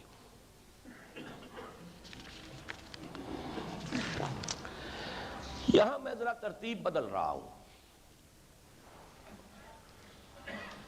شعوری اور غیر شعوری ایمان کی بحث پہلے لے رہا ہوں، اس میں فرق کیا ہے. شعوری ایمان سے میری مراد، چونکہ یہ اصطلاح میں وضع کر رہا ہوں، میں نے بہت سی جسارتیں کی ہیں، جرأتیں کی ہیں، آپ لوگ معاف فرمائیں گے. بہرحال بات کو سمجھانے کے لیے جو اصطلاح مجھے سمجھ میں آتی ہے کہ زیادہ صحیح ہے، ابلاغ اس سے ہوتا ہے، وہ میں استعمال کر رہا ہوں. شعوری نفاق، غیر شعوری نفاق میں نے کل عرض کیا. شعوری ایمان اور غیر شعوری ایمان. شعوری ایمان سے میری مراد وہ ہے وہ ایمان جس کے ساتھ انٹلیکچول ایلیمنٹ موجود ہے، ذہنی، فکری سوچ. ایمان کا محل تو یقین کا محل اور مقام قلب ہے. لیکن جیسا کہ میں نے کہا تھا، ایک سپلٹ پرسنالٹی ہوتی ہے، دل کچھ اور کہہ رہا ہے، دماغ کچھ اور کہہ رہا ہے. ایک یہ کہ دماغ اور دل دونوں متحد اور متفق ہو گئے ہوں، وہ ہے شعوری ایمان. اور اس کے لیے قرآن مجید میں جو اصطلاح آئی ہے وہ ہے علی وجہ البصیرت ایمان. سورہ یوسف میں فرمایا گیا حضور سے کہ کہہ دیجئے اے نبی، قل ھذہ سبیلی، اے نبی کہہ دیجئے یہ میرا راستہ ہے. ادعو الی اللہ علی بصیرت انا ومن اتبعنی، میں اللہ کی طرف جو بلا رہا ہوں تو اندھیرے میں ٹامک ٹوئیاں نہیں مار رہا ہوں، ظن و تخمیر کے تیر تکے نہیں چلا رہا ہوں فلسفیوں کی طرح. علی وجہ البصیرت، نہ صرف میں، جو میرے متبعین ہیں حضور کے متبع اول اس معنی میں کہ دعوت اور تبلیغ کے اندر ان کے سب سے پہلے دست و بازو بننے والے حضرت ابو بکر، عشرہ مبشرہ میں سے 10 میں سے 6 لا کر جھولی میں ڈالنے والے حضور کے وہ تو حضرت ابو بکر ہیں۔ تو ابو بکر بھی کہیں اندھیرے میں ٹامک ٹوئیاں نہیں مان رہے، یہ ڈوگما نہیں ہے، یہ کوئی بلائنڈ فیتھ نہیں ہے، بلکہ علی وجہ البصیرت، قل ھذہ سبیلی ادعو الی اللہ علی بصیرۃ انا ومن اتبعنی۔ غیر شعوری ایمان سے میری مراد یہ ہے کہ یقین تو ہے ان حقائق کے اوپر، لیکن اس کے ساتھ کوئی انٹلیکچول ایلیمنٹ نہیں ہے۔ یا تو آدمی کا مزاج ہی انٹلیکچول نہیں ہے، اس کی استعداد ہی نہیں ہے، ٹھیک ہے، لیکن یہ کہ اگر ہے تو اس نے کہیں علیحدہ علیحدہ رکھا ہوا ہے معاملے کو۔ میں نے کئی مرتبہ ایک مثال دی ہے، چونکہ وہ سادہ مثالوں سے باتیں بہت آسانی سے واضح ہو جاتی ہیں۔ ایک نوجوان، اب کیا تو نوجوان جب اس وقت تھے جب یہ بات ہو رہی تھی، اب تو وہ بھی ادھیڑ عمر کے ہیں، اور وہ بڑے ایکٹیوسٹ ہیں، ریلیجس ایکٹیوسٹ، کافی کام کر رہے ہیں دین کا۔ انہوں نے کیا MSc باٹنی اور بہت ایکٹیوسٹ تھے۔ بہت سے حضرات جانتے بھی ہوں گے، ڈاکٹر عثمانی صاحب کی جماعت حزب اللہ، وہ ڈاکٹر عثمانی صاحب کے چچا زاد بھائی بھی ہیں۔ ڈاکٹر عثمانی صاحب کا انتقال ہو چکا ہے، وہ ڈاکٹر کمال موجود ہے، ان کی بات ہے یہ، بہت ہی یعنی جذبے والے اور کام کرنے والے۔ میں نے ان سے کہا کہ ڈارون کے نظریہ ارتقاء کے بارے میں آپ کا کیا خیال ہے؟ کفر ہے؟ میں نے کہا خیر کفر تو وہ ہوگا جیسے آپ کہہ رہے ہیں، میں اس سے بحث نہیں کر رہا، فتویٰ نہیں میں نے مانگا، میں تو آپ سے اس اعتبار سے پوچھ رہا ہوں کہ آپ نے MSc باٹنی کیا، جو بھی شواہد، جو دلائل، جو بھی پیش کیے جاتے ہیں، اس کے بارے میں آپ کی کیا رائے ہے؟ تو آپ کان کھول کر سنیے، جواب یہ تھا دلائل تو بڑے کنونسنگ ہیں، دماغ کنونسڈ ہے اس پر، دل کہتا ہے کفر ہے۔ جو میرے نزدیک ہے اس وقت انٹلیکچول جسے ایمان میں کہتا ہوں، وہ یہ کہ دل اور دماغ دونوں مطمئن ہوں، یہ ہے اصل میں مطلوب۔ البتہ ایک بات نوٹ کر لیں، اس کا میں ایک مثال دیتا ہوں آپ کو۔ ایک شخص کو شدید پیاس لگی ہو، فرض کیجئے، میں فرض کر رہے ہیں، مثال میں تو فرض کر سکتے ہیں، اس نے نہ کبھی پانی پیا نہ اسے پانی کا پتہ، لیکن اس کی جان پر جو بیت رہی ہے وہ تو اسے معلوم ہے نا۔ کوئی اسے پانی کا ایک گلاس دیتا ہے، وہ پیتا ہے، اسے یقین کامل ہو جاتا ہے کہ مجھے اسی کی ضرورت تھی، اور میرے اندر جو بھی قیامت برپا تھی اس کا علاج یہی ہے، یہی شے ہے جس کی کہ مجھے ضرورت تھی، میں اسی کا پیاسا تھا۔ باقی اسے کچھ پتہ نہیں یہ پانی نے کیا کیا میرے اندر جا کر، ڈاکٹر صاحب کی گردن ہل رہی ہے، ڈی ہائیڈریشن ہو تو کیا ہوتا ہے، اس سے کیا فزیولوجی میں فساد آتا ہے، کیا اس سے کس کس عضو کے اوپر کیا کیا قیامت بیتتی ہے پانی کی کمی سے، اسے کیا پتا غریب کو، بٹ ہی نوز اٹ کہ پیاس کا علاج پانی ہے۔ جو میری ایک ضرورت ہے، اس ضرورت کو بتمام و کمال پورا کرنے والی شے 100% وہ یہ پانی ہے۔ یہ ہے یقین بغیر انٹلیکچول ایلیمنٹ کے، اور ڈاکٹر صاحب کو وہ انٹلیکچول ایلیمنٹ حاصل ہے، فزیولوجی میں کیا گڑبڑ ہوتی ہے جسم میں، اعضاء میں کیا ہوتا ہے، ڈی ہائیڈریشن سے کیا کیا خطرات آتے ہیں، اور پانی جو ہے جا کر کیا کرتا ہے۔ یہ ہے علی وجہ البصیرت۔ تو اس سادہ سی مثال سے سمجھ لیجئے۔ البتہ اس کے ساتھ دوسرا مقدمہ، یہ میرا مقدمہ اولا ہے جس کے 3 اجزاء ہیں۔ مقدمہ اولا کا دوسرا جز یہ ہے انسان کے کردار پر اثر انداز ہونے کے لیے اور اخروی درجے کے تعیین میں انٹلیکچول اور نان انٹلیکچول دونوں ایمان بالکل برابر ہے۔ یقین ہے، ہو گیا تو آپ کے کردار پر تو اثر ہو جائے گا، چاہے آپ اس کی لم جانتے ہیں نہیں جانتے، فلسفہ جانتے ہیں نہیں جانتے، وہ منطق آپ کو آتی ہے نہیں آتی، اس کے لیے کچھ نہیں، یقین ہے بس ٹھیک ہے، اور کیا چاہیے۔ اموت علی عقیدت امی، بڑے بڑے منطقیوں کو کہنا پڑا کہ میں اپنی ماں کے عقیدے پر جان دے رہا ہوں، میری ساری قیل و قال دھری رہ گئی ہے، شیطان نے آ کر وہ پیچ ڈالے ہیں کہ ساری دلیلیں توڑ دی اس نے۔ غالباً امام رازی کا ہے یہ جملہ، اموت علی عقیدت عجائز نیشاپور، نیشا پور کی بوڑھی عورتوں کے عقیدے پر جان دے رہا ہوں میں. تو یقین چاہے وہ انٹلیکچوئل ہو چاہے نہ ہو، انسان کے کردار پر اگر یقین ہے تو اثر انداز ہو جائے گا. نمبر 2، اللہ کے ہاں عامی ہوں اور فاضل ہوں اور کوئی بڑا فلسفی ہو، کوئی حکیم ہو، وہاں تو خلوص و اخلاص، اور جو کچھ کر سکتا تھا وہ کر کے آ گیا یا نہیں، نتیجہ کوئی نکلا یا نہیں نکلا اس سے کوئی بحث نہیں. وہاں تو درجے جو متعین ہوں گے وہ اس سے ہوں گے.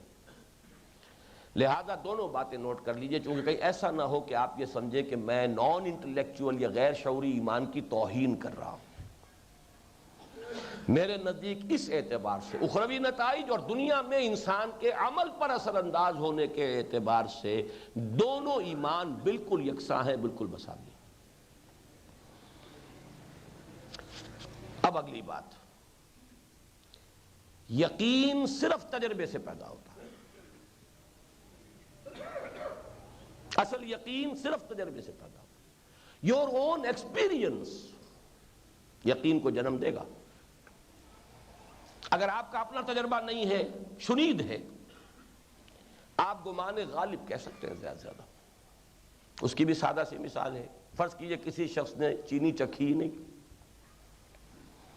سب کہہ رہے ہیں چینی میٹھی ہوتی ہے، چینی میٹھی ہوتی ہے، چینی میٹھی ہوتی ہے، چینی میٹھی ہوتی ہے. وہ کہے گا ہاں بھائی ہوگی میٹھی، جب یہ سب کہہ رہے ہیں، لیکن ہوگی سے آگے نہیں جا سکتا.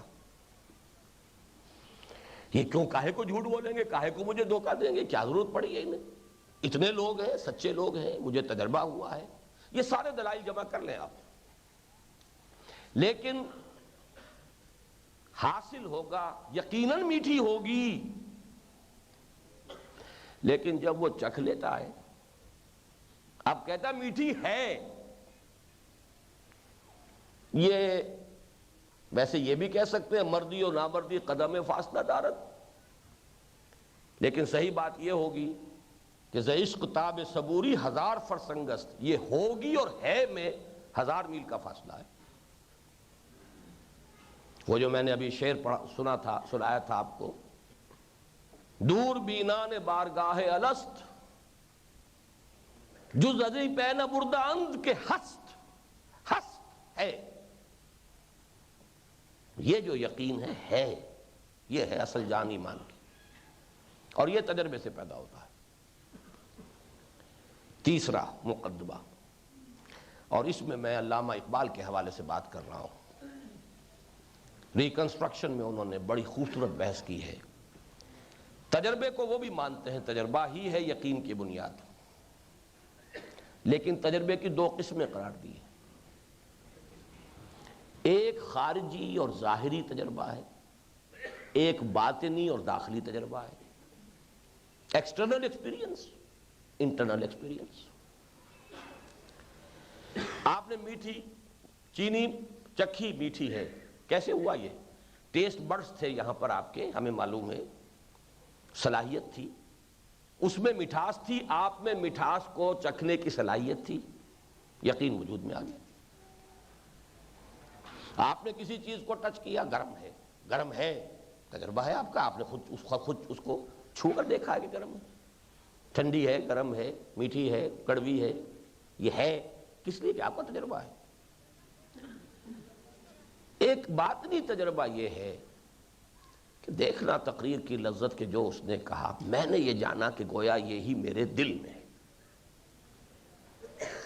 غالب کا شعر سنا اور جھوم گئے. کیوں جھوم گئے بھائی؟ کوئی شے اندر ہے، اندر کے کسی اندرونی تار کو چھیڑا ہے اس نے، کوئی سمپیتھیٹک وائبریشن ہوئی ہے اندر آپ کے. بہت پیارا شعر ہے ماہر القادری صاحب کا، مجھے یاد آ گیا، اللہ تعالیٰ ان کی مغفرت فرمائے. ایسے کچھ تار بھی ہیں ساز حقیقت میں نہاں، چھو سکے گا نہ جنہیں زخم و مضراب حواس. حواس نہیں چھو سکتے، کچھ ایسے تار بھی ہیں، ان تاروں کو کوئی شے چھیڑتی ہے آ کر. something within us responds to it. کوئی شے ہے جو حواس ظاہری سے اور جو تعقل کا پروسیس ہے اس سے علیحدہ ہے. کوئی شے کبھی آپ وجدان کہتے ہیں، کبھی انٹیوشن کہتے ہیں، کبھی ESP کہتے ہیں، ایکسٹرا سینسری پرسیپشن کہتے ہیں، جو چاہے نام دے لیں اسے، لیکن something beyond these senses. تجربہ یہ خارجی نہیں ہے، یہ باطنی تجربہ ہے. دیکھنا تقریر کی لذت کے جو اس نے کہا، میں نے یہ جانا کہ گویا یہی میرے دل میں ہے. چوتھی بات اور نوٹ کیجئے، میں نے جو کہا تھا اس کے بعد اصل میں نمبر 2 پہ لانا چاہیے تھا اسے، آپ اپنے ہاتھ پر نمبر بدل لیں. میں نے کہا تھا کہ غیر شعوری اور شعوری ایمان کردار پر اثر انداز ہونے اور آخرت کے نتائج اور اجر و ثواب کے اعتبار سے برابر ہیں. اس میں لیکن ایڈ کیجئے ایک نمبر 2 پر. لیکن ذہین لوگوں کی ایک تو مجبوری ہے کہ ان کے سامنے ایمان علی وجہ البصیرت والا ایمان پیش کیا جائے تو وہ قبول کر سکیں گے. ذہین لوگوں کی مجبوری، اور دور حاضر میں یہ ضروری ہے. یہ دو الفاظ ذرا، ضروری اور مجبوری، ویسے یہ دونوں قریب قریب ہیں الفاظ.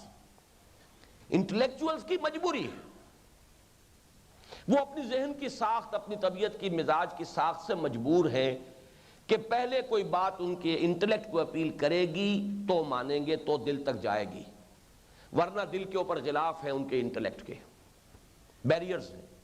You have to pierce the barriers to reach their heart. یہ ان کی مجبوری ہے. دور حاضر کی ضروری کیوں ہے یہ؟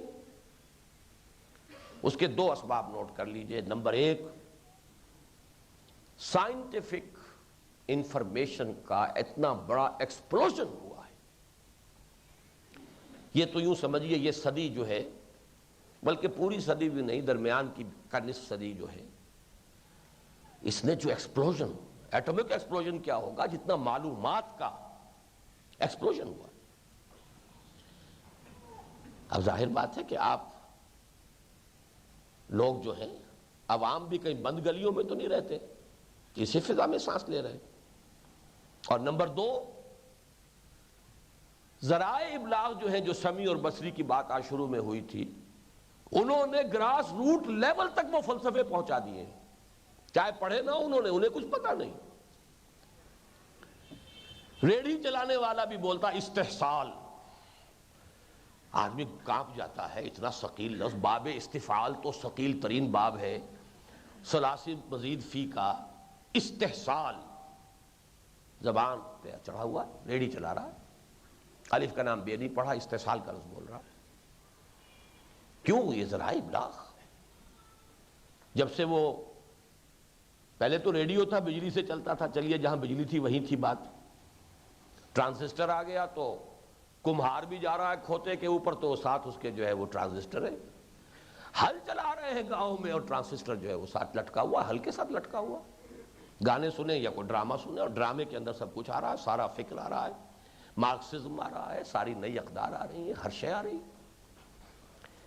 تو 2 چیزیں ہیں کہ اس دور میں صرف انٹلیکچوئلز کو نہیں، عوامی سطح پر بھی آپ ٹیکل نہیں کر سکیں گے جب تک کہ گریپل نہیں کریں گے انٹلیکچوئل پرابلمز کو. تو آج کے دور میں بہت شدید ضرورت ہے.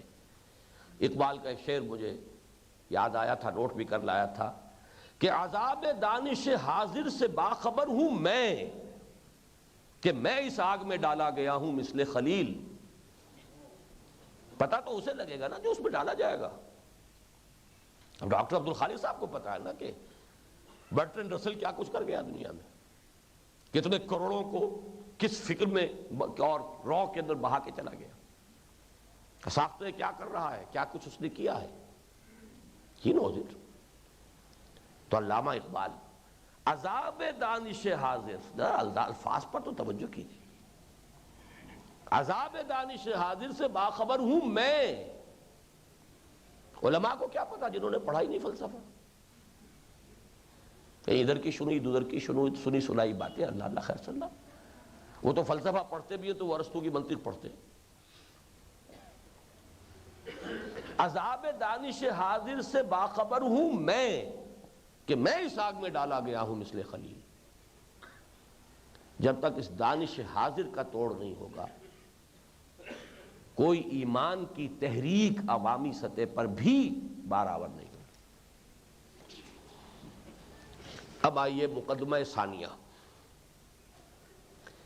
اجمالاً ایمان نام ہے ایمان باللہ کا، یہ ہم پڑھ چکے ہیں، پہلے ہی لیکچر میں آ چکا تھا۔ اس لیے مجمل ایمان کیا ہے؟ آمنت باللہ کما ہوا باسمائہ و صفاتہ وقبلت جمیع احکامہ اقرار باللسان و تصدیق بالقلب۔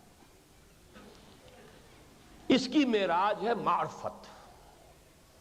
میں معراج اس لیے کہہ رہا ہوں، ویسے تو یہ کہ معراج پر تو فائز ہے محمد الرسول اللہ صلی اللہ علیہ وسلم۔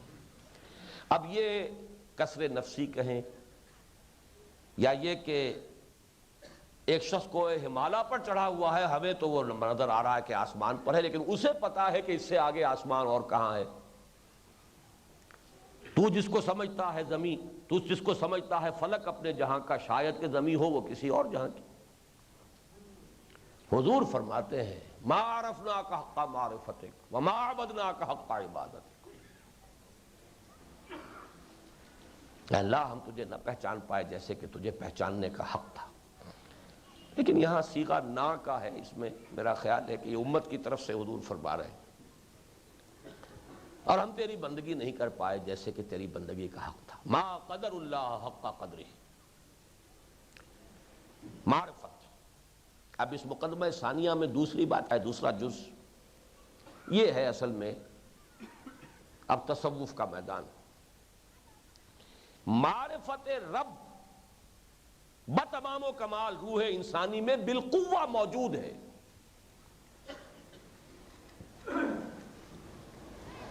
جس شے کا نام روح ہے،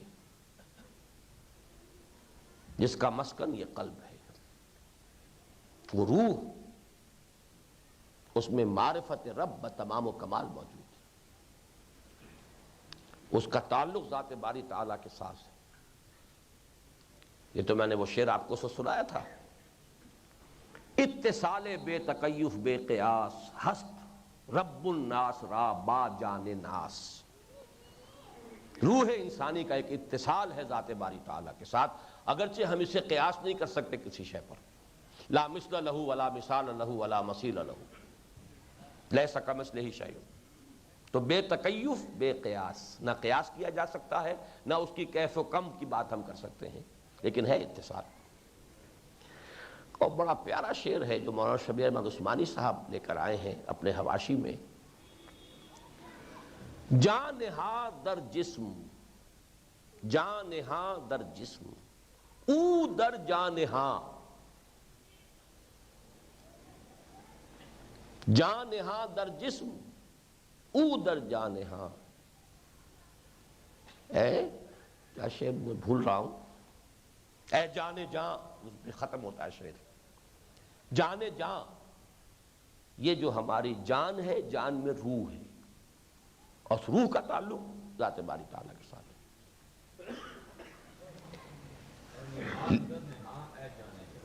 اے نہاں اندر نہاں اے جانے جاں، شکریہ۔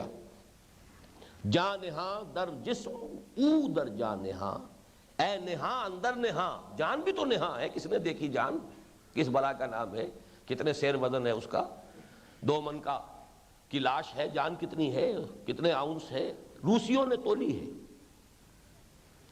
یہ شاید آپ کے علم میں ہو کہ بڑی سینسٹیو انہوں نے بیلنسز رکھی، اور جو مرنے والے مریض ہوتے ہیں ان کو اس کے اوپر رکھ دیا، تو عین جو وقت ہے جان نکلنے کا، اس سے پہلے اور اس کے بعد، تو چند آؤنس کہتے ہیں کہ ہے اس میں، جان میں بھی چند آؤنس کا وزن ہے۔ اے نہاں اندر نہاں اے جانے جاں۔ بہرحال جو اس وقت میں عرض کر رہا ہوں وہ یہ، معرفت رب، اور صرف معرفت رب نہیں، محبت رب روح انسانی کے اندر ودیعت شدہ ہے۔ یہ میں نے ابتدائی فیکلٹیز بیان کی تھی جن کی بنا پر ہر انسان مسئول ہے اللہ کے ہاں، چاہے کوئی نبی نہ آتا۔ سمع و بصر، فؤاد اور عقل، نیکی اور بدی کی تمیز، اللہ کی معرفت روح میں، اور اللہ کی محبت روح میں۔ اسی کا نام نور فطرت ہے۔ یہاں نوٹ کر لیجئے، ایک لفظ ہم بولتے ہیں جبلت یا طبعیت، ایک بولتے ہیں فطرت۔ فطرت جو ہے اس کا تعلق روح کے ساتھ ہے، جبلت اور طبعیت، طبعی تقاضا، یہ ہے اینیمل انسٹنکٹس کے ساتھ تعلق۔ انسٹنکٹس، جبلت اور طبعی تقاضے۔ فطرت، فطرت اللہ التی فطر الناس علیہا۔ چنانچہ وہ حدیث آج میں نے دیکھا، میں تو حیران رہ گیا، وہ تو حدیث بخاری کی ہے، مسلم کی ہے، باقی تمام کتابوں میں موجود ہے، تھوڑے تھوڑے سے فرق کے ساتھ۔ ما من مولود الا یولد علی الفطرہ فابواہ یہودانہ او یمجسانہ او ینصرانہ او یشرکانہ۔ یہ لفظ آج میں نے پہلی مرتبہ پڑھا ہے، حوالہ دیکھ رہا تھا۔ ہر بچہ نسل آدم کا جو ہے، کوئی بچہ نہیں ہے جو فطرت لے کر نہ آئے، مسلمان ہے فطرتاً۔ اور اس کے بعد یہ ابو ہریرہ راوی ہے، پھر انہوں نے وہ آیت پڑھی، فطرت اللہ التی فطر الناس علیہا لا تبدیل لخلق اللہ۔ وہ فطرت ہے اندر، وہ روح ہے جو قلب میں ہے، اس روح میں معرفت رب پوٹینشلی موجود ہے۔ باقی صوفیہ تو خیر یہاں تک جاتے ہیں کہ روح کیا ہے، اللہ موجود ہے دل میں۔ حدیث بھی بیان کرتے ہیں، اگرچہ یہ کہ محدثین کو اس کی سند جو ہے وہ ان کے نزدیک معتبر نہیں ہے، لیکن علامہ آلوسی جیسے مفسرین نے اس حدیث کو کوٹ کیا ہے، اپنے ہاں لیا ہے۔ آپ جہاں تک امام غزالی کا تعلق ہے، ان کے بارے میں تو کہا جا سکتا ہے کہ وہ ضعیف فی الحدیث ہیں، لوگ محدثین کہتے ہیں۔ علامہ آلوسی تو بہت محتاط مفسرین میں سے، انہوں نے بھی لیا۔ لم یسانی ارضی ولا سمائی ولکن یسانی قلب عبد المؤمن۔ میں نہ آسمان میں سما سکتا ہوں نہ زمین میں سما سکتا ہوں، ہاں اپنے بندہ مومن کے قلب میں سما جاتا ہوں۔ بہرحال میری بات کو اس سے ذرا ہٹ کر رکھیے، روح تک رکھیے ابھی۔ اچھا، تیسرا اب اس کا نتیجہ نکلتا ہے، اور وہ نتیجہ یہ ہے کہ اگر وہ موجود ہے بالقوہ معرفت رب قلب انسانی میں، تو ضرورت ہے صرف اس کو ایکٹیویٹ کرنے کی، اور یہ ایکٹیویشن جو ہے یہ ہوتی ہے نور وحی سے۔ نور فطرت، نور وحی، دونوں کے امتزاج سے نور ایمان وجود میں آتا ہے۔ نور فطرت موجود ہے، اس کو آپ کہتے ہیں کیٹالیٹک ایجنٹ۔ کسی کیمیکل ری ایکشن میں دونوں چیزیں موجود ہیں، ایکشن نہیں ہو رہا ہے، کوئی چیز آپ نے ڈالی، وہ چیز یوں کی تو رہتی ہے بعد میں، لیکن وہ ایکشن مکمل کر دیتی ہے۔ اسی طرح عالم حیاتیات میں پانی ہے، پانی کہیں کنزیوم نہیں ہوتا، لیکن حیات کا مبدا پانی ہے۔ حیات، ڈی ہائیڈریشن موت کا سب سے بڑا سبب بنتا ہے۔ پانی نکل گیا جسم سے، آیا گیا۔ یہ جو کام پانی کرتا ہے عالم حیاتیات میں، وہی کام قرآن کرتا ہے عالم امر میں۔ یہ کیٹالیٹک ایجنٹ ہے جو نور وحی کو، نور فطرت کو ایکٹیویٹ کرتا ہے، جلا دیتا ہے۔ اس کو میں ذرا یہاں پر تھوڑا سا صرف ذکر کر کے آگے چل رہا ہوں، توقف کر کے سوچ لیجئے۔ یہ سبب ہے ہماری اس پوری قرآنی تحریک کا، فلسفہ یہ ہے۔ یہ تعلیم و تعلم قرآن، یہ قرآن منبع اور سرچشمہ ایمان و یقین ایکٹیویٹ یہ کرے گا، اگرچہ فطرت میں موجود ہے۔ تاہم فطرت کے اعتبار سے تین مدارج ہیں، وہ میں بعد میں بیان کروں گا۔ اب میں عرض کروں، ذرا ایک دوسری بحث سامنے لا رہا ہوں۔ غیر شعوری یا تقلیدی ایمان، ایک ہے شعوری یا اکتسابی ایمان۔ غیر شعوری یا تقلیدی ایمان کو پیدا کرنے کے ذرائع کون سے ہیں؟ ذرا ہلکی بحث پہلے کر لیں، پھر ذرا ثقیل بات کریں گے۔ آپ کہہ سکتے ہیں عوام الناس کے لیے سب سے پہلا ذریعہ ہے صحبت صاحب یقین، پیورلی فزیکل فینومینن۔ آگ کے سامنے بیٹھیں گے حرارت پہنچ جائے گی، آپ کی کوئی ایفرٹ ہے یا نہیں ہے، آپ نے کوئی دماغی نہ دماغ لڑایا نہ ہاتھ ہلایا، آگ کے آگے بیٹھے ہیں حرارت پہنچ رہی۔ برف کی سل کے قریب بیٹھیں گے ٹھنڈک پہنچ جائے گی، آپ سے آپ خود بخود، وداؤٹ اینی ایفرٹ فزیکل اور انٹلیکچوئل۔ اس کو قرآن بھی تسلیم کرتا ہے، سورہ توبہ میں فرمایا کونوا مع الصادقین، سچوں کے ساتھ رہو، خود بھی سچے بن جاؤ گے۔ اور سچے کون ہیں؟ یاد آئیے آیت سورہ حجرات کی آیت نمبر 15، انما المؤمنون الذین آمنوا باللہ ورسولہ ثم لم یرتابوا وجاہدوا باموالہم وانفسہم فی سبیل اللہ اولئک ھم الصادقون۔ میرے نزدیک سچے وہ ہیں، وہ نہیں ہے جو صرف ضربے ہی لگاتے رہے ساری عمر، جہاد فی سبیل اللہ کے لیے میدان میں نکلے ہی نہیں، وہ تصور نہ کہیں لے آئیے گا۔ ان کا یا تو دین کا کانسیپٹ محدود ہے یا فرائض دینی کا تصور محدود ہے۔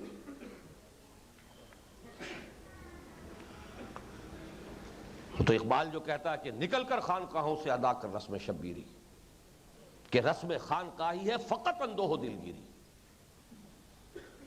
تو میں تو اس ایمان کا قائل ہوں جو صحابہ کا ایمان تھا، یا گزشتہ صدی میں تحریک شہیدین کے لوگوں کا ایمان تھا، سید احمد بریلوی، اور تصوف بھی تھا ان کے اندر، لیکن وہ تصوف اور تھا، ڈائنامک تصوف تھا۔ اس لیے انہوں نے اس کو نام بھی دیا تھا سلسلہ محمدیہ صلی اللہ علیہ وسلم، سلسلہ سہروردیہ، سلسلہ چشتیہ، سلسلہ نقشبندیہ، صابریہ، چلاتے جائیے چشتیہ، سلسلہ محمدیہ جس کا لازمی جز ہے جہاد فی سبیل اللہ۔ بہرحال صاحب یقین کی صحبت سے یقین پیدا ہوگا۔ ایزیسٹ میتھڈ یہ ہے، نہ کوئی انٹلیکچوئل آپ کو محنت کرنی پڑی اور نہ ہی کوئی فزیکل، صرف یہ کہ قرب۔ دوسرا ذریعہ نان انٹلیکچوئل تقلیدی ایمان، وہ ہے عمل۔ یہاں وہ عقدہ حل ہو جائے گا جو سورہ حجرات کی آیت نمبر 14 میں تھا، 0 پوائنٹ۔ ایک شخص ایمان لایا آج، اس لیے لایا کہ پورا قبیلہ ایمان لا رہا، چلو میں بھی چلتا ہوں۔ نہ پازیٹیولی ایمان ہے نہ نیگیٹیولی نفاق ہے، اندر 0 ہے۔ لیکن اب وہ چونکہ بے ایمانی پیش نظر نہیں تھی، دھوکہ دینا نیت میں نہیں تھا، آ کے پوچھتے تھے بدو یا محمد صلی اللہ علیہ وسلم کیا تقاضے ہیں، کیا مطالبے ہیں ایمان کے؟ کہ 5 وقت نماز پڑھو، ٹھیک ہے پڑھوں گا۔ رمضان کے روزے رکھو، رکھوں گا۔ اگر اتنا مال ہے زکوٰۃ دو، ٹھیک ہے دے دوں گا۔ زندگی میں ایک مرتبہ حج کرو، ٹھیک ہے کروں گا۔ بس نہ میں اس سے زیادہ کروں گا نہ کم کروں گا۔ اب وہ وہاں سے چلا اور حضور نے فرمایا کسی کو جنتی دیکھنا ہو تو دیکھ لے۔ یہ عمل جو ہے یہ کوئی بانجھ عمل نہیں ہے، بہت پروفاؤنڈ اینڈ پروڈکٹیو عمل ہے۔ نماز پڑھے اور صحیح پڑھے، اس سے ایمان پیدا نہ ہو کیسے ممکن ہے؟ ایمان سے عمل صالح پیدا ہوتا ہے، عمل صالح سے ایمان پیدا ہوتا ہے، لیکن تھرو ایکشن جو ایمان پیدا ہوگا وہ نان انٹلیکچوئل ہوگا، تقلیدی ہوگا۔ ہم مسلمان تو اس لیے ہو گئے کہ ہمارے والدین مسلمان تھے، لیکن اگر ہم نے نماز پڑھی ہے، اپنے روزے رکھے ہیں، ان سے کچھ نہ کچھ ایمان کسی درجے میں وہ پیدا ہوا ہے، چاہے اس کا ہمیں شعور نہیں، نہ اس کا صغرا کبرا معلوم، نہ اس کی تفاصیل معلوم، نہ اس کے بارے میں کوئی ذہنی جو ہے اس کی کوئی ایکسرسائز ہم نے کی ہے، نہ کوئی قربانی دی ہے، لیکن یہ کہ عمل سے بھی ایمان پیدا ہوتا ہے۔ چنانچہ سورہ حجرات میں جہاں وہ آیت آئی ہے قالت الاعراب آمنا قل لم تؤمنوا ولكن قولوا اسلمنا ولما يدخل الايمان في قلوبكم، یہ آیت نمبر 14 ہے۔ آیت نمبر 15 وہ ہے جس میں ایمان کی کمپریہنسو ڈیفینیشن ہے، جامع و مانع تعریف۔ آیت نمبر 17 ہے بڑی عظیم آیت، یمنون علیک ان اسلموا، اے نبی یہ آپ پر احسان دھر رہے ہیں کہ اسلام لے آئے. قل لا تمنوا علی اسلامکم، کہہ دیجئے مجھ پر کوئی احسان نہ دھرو اپنے اسلام کا. بل اللہ یمن علیک ان ہداکم للایمان ان کنتم صادقین، بلکہ اللہ احسان دھرتا ہے تم پر کہ اس نے تمہیں ایمان کا راستہ دکھا دیا، اس پر چلا دیا ہے اگر تم سچے ہو. یعنی اسلام میں بھی اگر سچے ہو تو اطاعت کرو گے تو ایمان تک پہنچ جاؤ گے. اگر اسلام میں بھی جھوٹے ہو تو پھر تو وہ مائنس طرف ہے معاملہ، پھر تو نفاق ہے. لیکن زیرو لیول ہے، لیکن سچائی کے ساتھ، جھوٹ نہیں ہے، نیت جو ہے بری نہیں ہے، دھوکہ دینے کی نہیں ہے. یہ نہیں ہے کہ بعد میں نبٹ لیں گے. اگر یہ ہے تو ان ہداکم للایمان، اللہ نے تمہیں اس سڑک پر ڈال دیا ہے جو ایمان تک لے جانے والی ہے. ان ہداکم للایمان ان کنتم صادقین، اگر تم اسلام میں بھی سچے ہو اس کے نتیجے میں ایمان پیدا ہو جائے. اچھا، یہاں میں چند باتیں عرض کر رہا ہوں. یہ جو عمل سے ایمان اور صحبت صاحب یقین سے ایمان، نتیجہ نان انٹلیکچوئل غیر شعوری ایمان. لیکن عوام الناس کی اکثریت، خاص طور پر قدیم زمانے میں، اس کے لیے یہ کفایت کرتا تھا. آج کا ایکسپلوژن والا معاملہ میں علیحدہ بیان کر چکا ہوں. در حقیقت یہی طریقے دو تھے جو ہمارے صوفیہ استعمال کرتے رہے. صحبت، بیت ارشاد میں سب سے پہلی شے صحبت ہے. بہت یاد آیا ہے اس وقت، دیپال پور میں ایک بزرگ ہوتے تھے وہ ان پڑھ، سائیں عبد الرزاق صاحب. بڑے پیارے جملے ان کے ہوتے تھے، میں کبھی کبھی جاتا تھا ان کے پاس. نقشبندیہ سلسلے کے بزرگ تھے اور اتنے سخت وہابی تھے کہ نماز جو ظہر کی پڑھتے تھے جیسے ہی نصف النہار ادھر سے ادھر ہوا اور نماز پڑھ لیتے تھے. اور میں آج تک نہیں بھولا ہوں جب ذکر جہری وہ کرتے تھے، اس کی لذت میں نے بہت محسوس کی. ان کے ایک جملہ تو میں پہلے سناتا رہا ہوں بہت، آج وہ بھی سنا دوں. ایمان اور کفر کی ایک ڈیفینیشن یہ بھی ہے. وہ تھے ہمارے علاقے کے روہتک حصار کے رانگڑ. وہ کہا کرتے تھے جو دم غافل سو دم کافر. کفر اور ایمان کی ایک ڈیفینیشن یہ بھی ہے، جو دم غافل سو دم کافر. اور دوسرا جملہ جس کی وجہ سے وہ بھی یاد آئے ہیں، اللہ تعالیٰ اپنی رحمت نازل فرمائے ان پر، صحبت فرائض راکھی. یہ وہ جمع کا لفظ استعمال کرتے تھے، فرائض، فرض کا. صحبت فرائض راکھی، صحبت جو ہے وہ فرض رکھی گئی ہے. صحبت صاحب یقین، قرب. پھر ہمارے صوفیاء نے بھاری ریاضتیں اور مشقتیں، مراقبے، اشغال، اوراد، برا نہ مانے تو لفظ استعمال کرو تپسیا، چلے، یہ سب کچھ کیا ہے؟ عمل ہی ہے نا. عمل کی شدت، بھاری مشقت، ریاضت، رٹے جاؤ نام اللہ کا. اس سب کے نتیجے میں یہ عمل اور صحبت، اس کے نتیجے میں ایمان پیدا ہوتا ہے. آج کے دور میں اس میتھوڈالوجی کو بہت بڑے پیمانے پر ایڈاپٹ کیا ہے تبلیغی جماعت نے. چنانچہ آج سے 23-24 برس قبل کی تحریر ہے میری، وہ اسلام کی نشت ثانیہ لے کر آیا تھا، لیکن یہ کہ وقت نہیں ہے کہ میں وہ پڑھ کے سناؤں آپ کو، ورنہ اصل بحث رہ جائے گی. اس وقت بھی جہاں میں نے جو ریوائولسٹ تحریکیں ہیں اس دور کی، جماعت اسلامی، اخوان المسلمون وغیرہ، ان کے بارے میں یہ تنقید کی ہے کہ انہوں نے ایمان کو جتنا ایمفیسائز کرنا چاہیے تھا نہیں کیا ہے. اسلام پر زور ہے، حرکت پر زور ہے، جد و جہد پر زور ہے، لیکن جتنا ایمان پر دینا چاہیے تھا نہیں دیا. وہاں میں نے تسلیم کیا ہے کہ تبلیغی جماعت نے ایمان کو موضوع بنایا ہے. پہلے بھی کہہ چکا ہوں، ایمان کی محنت ایک اصطلاحی وضع کی ہے انہوں نے، ایمان کی محنت.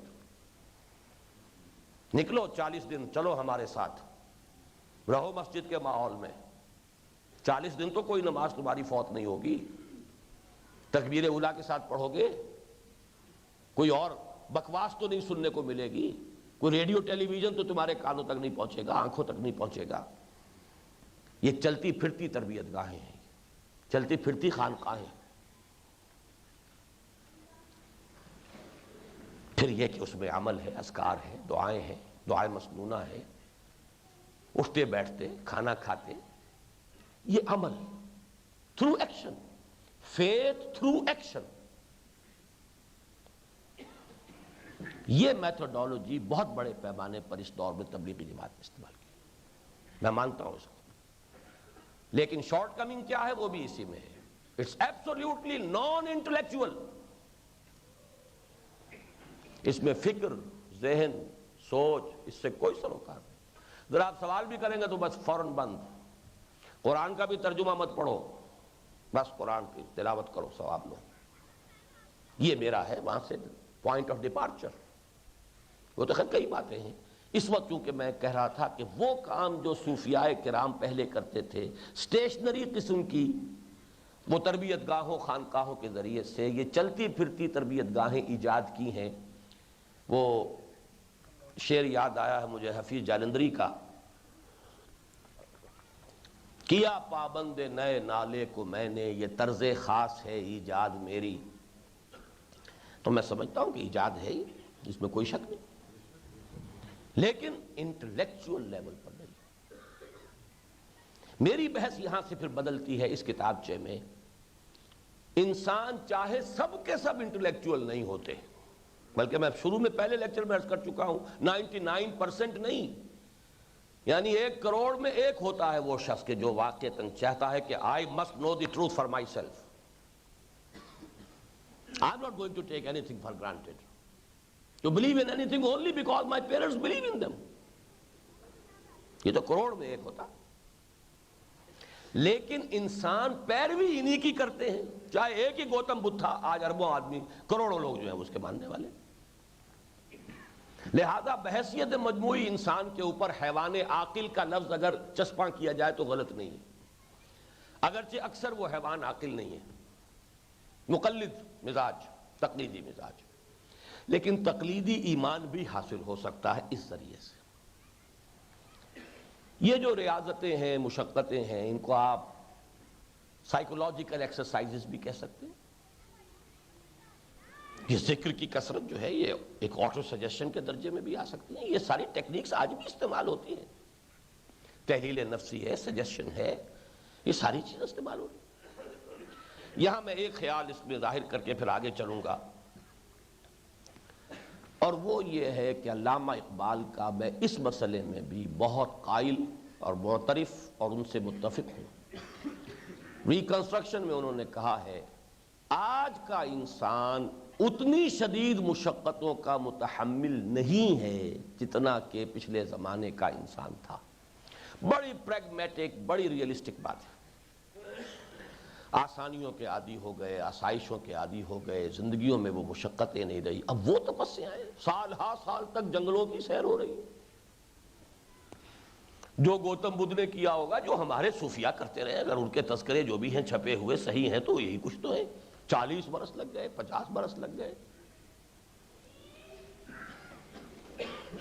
آج کا انسان، لہذا علامہ نے یہ کہا ہے کہ آج کے لیے کوئی اور ٹیکنیکس ایجاد کرنی ہوں گی۔ وہ میں عرض کر دوں گا کہ میرے نزدیک وہ کیا ہے،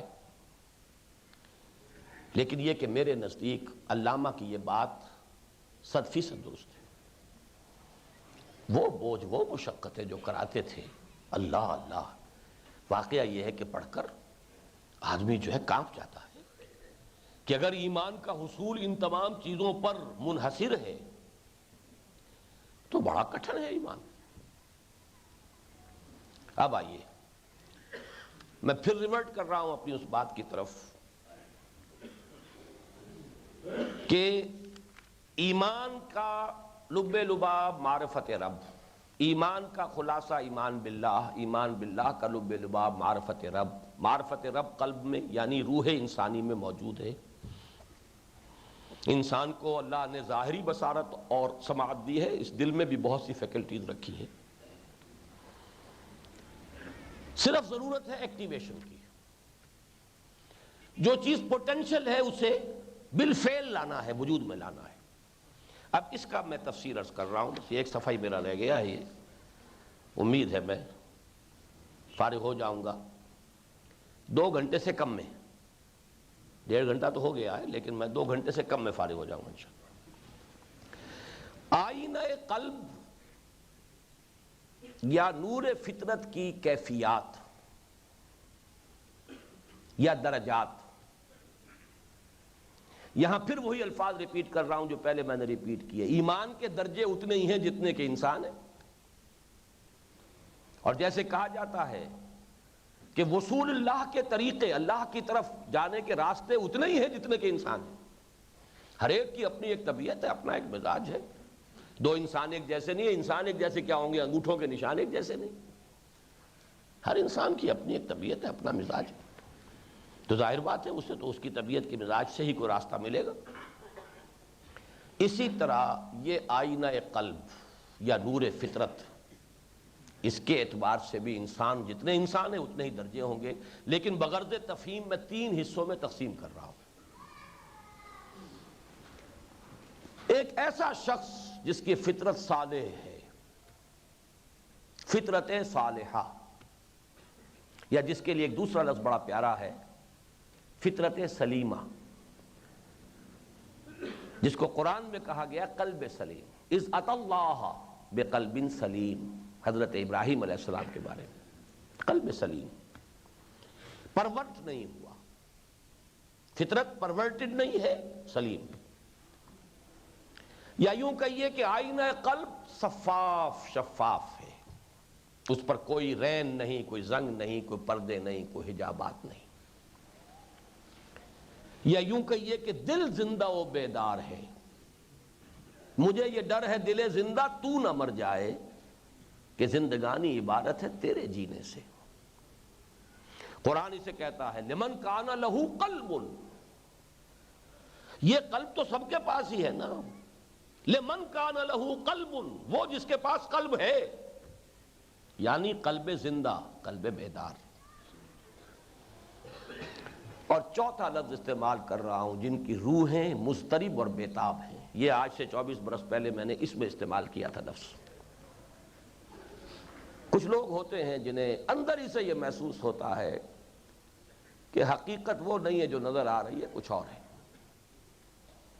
کنفیوشس کا جملہ یاد آیا، بہرحال نبی یا رسول تو میرے علم میں تو نہیں کہ وہ کسی کی رائے ہو کہ وہ نبی یا رسول تھے، ایک حکیم انسان تو تھے۔ There's nothing more real than what cannot be seen, and there's nothing more certain than what cannot be heard. جو ان آنکھوں سے دیکھا نہ جا سکے اس سے بڑی حقیقت کوئی نہیں، اور جو ان کانوں سے سنی نہ جا سکے اس سے زیادہ یقینی بات کوئی نہیں۔ کچھ لوگ ہوتے ہیں روح بے چین، اسی سے تو شعر شروع کی مثنوی، بشنواز نئے چوں حکایت می کند، بس جدائی ہار شکایت می کند۔ یہ وہ روح جو ہے اللہ سے، جو بھی اس زندہ خانہ جسم میں آ کر حجابات کا پردہ پڑا ہے، اس کی وجہ سے تڑپتی ہے۔ 4 الفاظ نوٹ کر لیجئے، وقت کم ہے۔ فطرت سلیمہ، آئینہ قلب صاف شفاف، دل زندہ و بیدار، روح بیتاب۔ ایسے لوگوں کے سامنے جیسے ہی نور وحی آتا ہے ایسے لپک کر قبول کرتے ہیں کہ جیسے بیتاب تھے اسی شے کے لیے، انسٹنٹینیس، کوئی وقت نہیں لگتا۔ لیکن یہ کون لوگ ہیں جنہیں ہم صدیقین کہتے ہیں؟ جس زمرے میں سید الصدیقین ہے ابو بکر صدیق رضی اللہ تعالی عنہ، جن کے بارے میں حضور فرماتے ہیں جس شخص کے سامنے بھی میں نے ایمان کی دعوت رکھی اس نے کچھ نہ کچھ توقف ضرور کیا، سوائے ابو بکر کے کہ ایک لحظے کا بھی توقف نہیں کیا۔ کیوں نہیں کیا؟ سب کچھ تو تھا اندر موجود، صرف یہ ہے کہ ایکسپریشن اسے دیا ہے محمد الرسول اللہ صلی اللہ علیہ وسلم۔ اندر تو تھا وہ نور، لیکن اس کو بھڑکا دیا ہے۔ اب دیکھیں میں اس کی تمثیل بعد میں دوں گا۔ ابھی سورہ نور کی جو آیت نور ہے، آیت نمبر 35،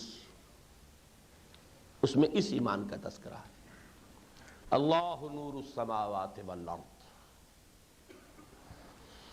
آسمانوں اور زمین کا نور اللہ ہے۔ کیا معنی؟ آسمان اور زمین کی کل حقیقتیں اگر کھلیں گی تو اللہ کو ماننے سے کلید یہ ہے، جیسے میں نے عرض کیا تھا ابھی یہاں پر اندھیرا ہو جائے بے چین ہو جائیں گے آپ۔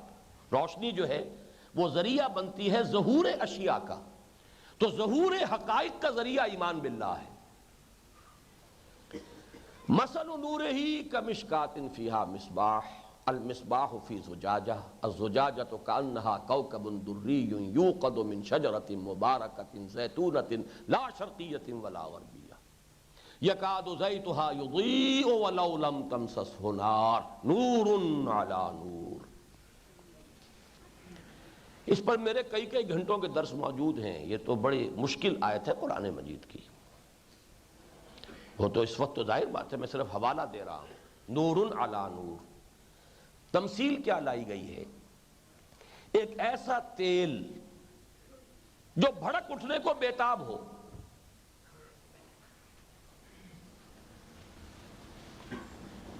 اب چونکہ قرآن نازل ہوا 1400 برس پہلے، پیٹرول تو تھا نہیں اس وقت، تصور نہیں تھا۔ مثال دی گئی ہے زیتون کا ایسا تیل، ایسے درخت کا جو نہ شرقی ہے نہ غربی ہے، کسی طرف سے محجوب نہیں۔ شرقی ہے تو مغرب کی دھوپ نہیں ملے گی، غربی ہے تو صبح کی دھوپ نہیں ملے گی، کسی طرف سے اوٹ میں نہیں ہے۔ اس کا جو روغن ہے نہایت صاف و شفاف ہوتا تھا، اور گویا کہ بھڑک اٹھنے کو بیتاب۔ یکاد زیتھا یضیء، قریب ہے اس کا روغن کہ بھڑک اٹھے، روشن ہو جائے، وَلَوْ لَمْ تَمْسَسْهُ نَارٌ، چاہے اسے آگ نے چھوا بھی نہ ہو، اور آگ چھو لے، نور علی نور، وہ نور فطرت اتنا صاف اتنا شفاف، بھڑک اٹھنے کو بیتاب۔ نغمے بیتاب ہیں تاروں سے نکلنے کے لیے، ایک ذرا چھیڑ تو دے زخمہ مضراب حیات۔ یہ صدیقین کی کیفیت یہ ہوتی، فطرت سلیمہ، قلب شفاف، روح بیدار، قلب زندہ، آئینہ قلب۔ جیسے ہی آیا آگے نور وحی جگمگا اٹھا، نور علی نور، یہد اللہ لنورہ من یشاء ویضرب اللہ الامثال للناس واللہ بکل شیء علیم۔ یہ گویا کہ نور ایمان کے دو اجزاء، نور فطرت، نور وحی، نور علی نور، نور پر نور۔ ایک اندر نور ہے، نور فطرت، بشرطے کہ پردے نہ پڑ گئے ہوں، رین نہ ہو گیا ہو، حجابات نہ آ گئے ہوں، فطرت مسخ نہ ہو گئی ہو، وہ دوسرے۔ اگر وہ چار الفاظ فطرت سلیمہ یا صالحہ، آئینہ صاف شفاف، آئینہ قلب، دل زندہ بیدار، اور روح بیتاب۔ بیتابی وہ ہے، نغمے بیتاب ہیں تاروں سے نکلنے کے لیے۔ جیسے ہی قرآن سامنے آئے گا ایسے معلوم ہوگا کہ دیکھنا تقریر کی لذت کے، جو اس نے کہا میں نے یہ جانا کہ گویا یہی میرے دل میں، یہی ہے وہ باطنی تجربہ۔ قرآن کو پڑھتے ہوئے مجھے یاد آیا ایک رہ جاتی بات، ابن تیمیہ رحمہ اللہ کا ذکر کئی مرتبہ ہوا، ان کے ایک شاگرد کا تذکرہ ابن کثیر رحمہ اللہ کا کل ہوا تھا یا پرسوں ہوا تھا۔ آج ابن قیم کا ایک جملہ سن لیجئے، ان کے دوسرے شاگرد، یہ ہے ذرا صوفی مزاج شاگرد، ان سے جو ہے ہمارے اہل حدیث بھائی جو ہیں ان سے بھاگتے ہیں۔ البتہ ابن کثیر رحمہ اللہ کے وہ بہت معتقد ہیں، یہ مزاج کی بات ہے، اپنا اپنا ایک شاگرد دونوں ایک ہی کے ہیں۔ ابن قیم رحمہ اللہ کی ایک کتاب ہے الفوائد، وہ کوئی تفسیر نہیں ہے، لیکن جیسے واردات ہوتی ہے، آدمی پڑھتا جا رہا ہے، کسی ایک جگہ پر کوئی خاص خیال آ گیا اسے لکھ لیا، آگے جا کے کہیں کسی اور چیز پہ کوئی خیال آیا لکھ لیا، کچھ متسلسل سے نہیں۔ الفوائد، اس میں ایک جملہ پڑھ کر میں حیران رہ گیا، وہ سورہ قاف کی اس آیت کے حوالے سے، ان فی ذالک لذکریٰ لمن کان لہ قلب او القى السمع وهو شہید. اب یہاں پہ حرف آیا او، واو نہیں ہے، حرف عطف نہیں ہے، او ہے. یہ دو صورتیں ہیں ایمان کی تحصیل کی. اگر تو قلب ہے یعنی زندہ و بیدار تو انسٹنٹینیس ہوتا ہے رسائی جو ہے ایمان تک قرآن کے ذریعے سے. اور جملہ جو مجھے یاد آیا تھا جس کے حوالے سے ان کی یاد آئی ہے وہ یہ کہ کچھ لوگ ایسے ہیں، ہوتے ہیں کہ وہ جب قرآن کو پڑھتے ہیں تو یوں محسوس کرتے ہیں کہ قرآن مصحف میں لکھا ہوا نہیں ہے، ان کے اپنے لوح قلب پر لکھا ہوا ہے. اتنی کامل مطابقت اپنی فطرت اور قرآن کے اندر محسوس کرتے ہیں. میں نے لفظ استعمال کیا تھا sympathetic vibration, as if it is written on their own hearts. وہاں سے پڑھ رہے ہیں، مصحف سے نہیں پڑھ رہے، اپنی کتاب دل سے پڑھ رہے ہیں. ایک لوح محفوظ وہاں ہے اور ایک لوح قلب بھی ہے. یہ ہے ان لوگوں کا معاملہ جیسا کہ میں نے عرض کیا جن کی فطرت شفاف سلیم، صدیقین کا ایمان. اب آیا دوسرا درجہ. یہ درمیانی درجہ ہے. کچھ حجابات ہیں، پردے پڑے ہوئے ہیں، کچھ زنگ آ گیا ہے. دل تو ہے لیکن اس کے اوپر پردے پڑ گئے. آئینہ تو ہے، اوپر گردہ ہے، محجوب. اسی لیے تو مجھے شیخ علی حجویری رحمۃ اللہ علیہ کی کتاب سے بڑا پیار ہے. کشف المحجوب، محجوب ہے، حجاب میں آ گیا، اسے ہٹانا ہے ذرا. وقت نہیں ہے ورنہ میں جو پہلی بات تھی اس کے حوالے سے میں عرض کرتا، بلکہ یہ بعد میں کر لوں گا. چلیے دونوں باتیں پہلے آ جائیں. تو میں عرض کر رہا تھا کہ وہ کیفیت کہ فطرت تو ہے، صالح ہے، غلاف آ گئے، پردے پڑ گئے، زنگ آ گیا ہے. یہ حجابات کون کون سے ہیں وہ بھی نوٹ کر لیجئے. میں نے 4 لکھے ہوئے ہیں اپنے پاس. سب سے زیادہ عام حجاب ہے عدم توجہ، مشغولیت فی الدنیا.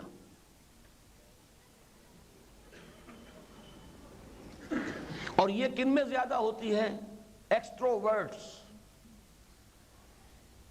خارج کی دنیا سے زیادہ دلچسپی رکھنے والے، بھاگ دوڑ، ادھر ادھر جانا آنا، ہنسنا بولنا، ٹھٹھے لگانا، کھیل کود تماشا. حقائق پر سوچنے کا وقت ہی نہیں. یہ عدم توجہ جو ہے اسی کے حوالے سے میں نے یہاں لکھا ہوا کشف المحجوب. دوسرا ہے سابقہ اعمال بد کی وجہ سے رین آ جاتا ہے. کلا بل ران علی قلوبہم ما کانوا یکسبون. ان کے دلوں پر زنگ آ چکا ہے ان کے اعمال بد کی وجہ سے. تیسرے ہیں نیچے سے اٹھنے والے طوفان، وہ اڈ اور لبیڈو، خواہشات، شہوات، حب دنیا، حب مال، حب شہرت، حب جاہ. یہ کلاؤڈ کرتے ہیں نا، نیچے سے اٹھتے ہیں بخارات. دے کلاؤڈ یور ہارٹ، چھا جاتے ہیں. چوتھے ہیں حجابات عقل، غلط نظریات، غلط فکر، غلط فلسفہ بیٹھ گیا دل میں. برٹرینڈ رسل کی تحریر سے اتنے متاثر ہو گئے کہ اب اسی کا راگ الاپ رہے. یہ 4 قسم کے حجابات ہیں.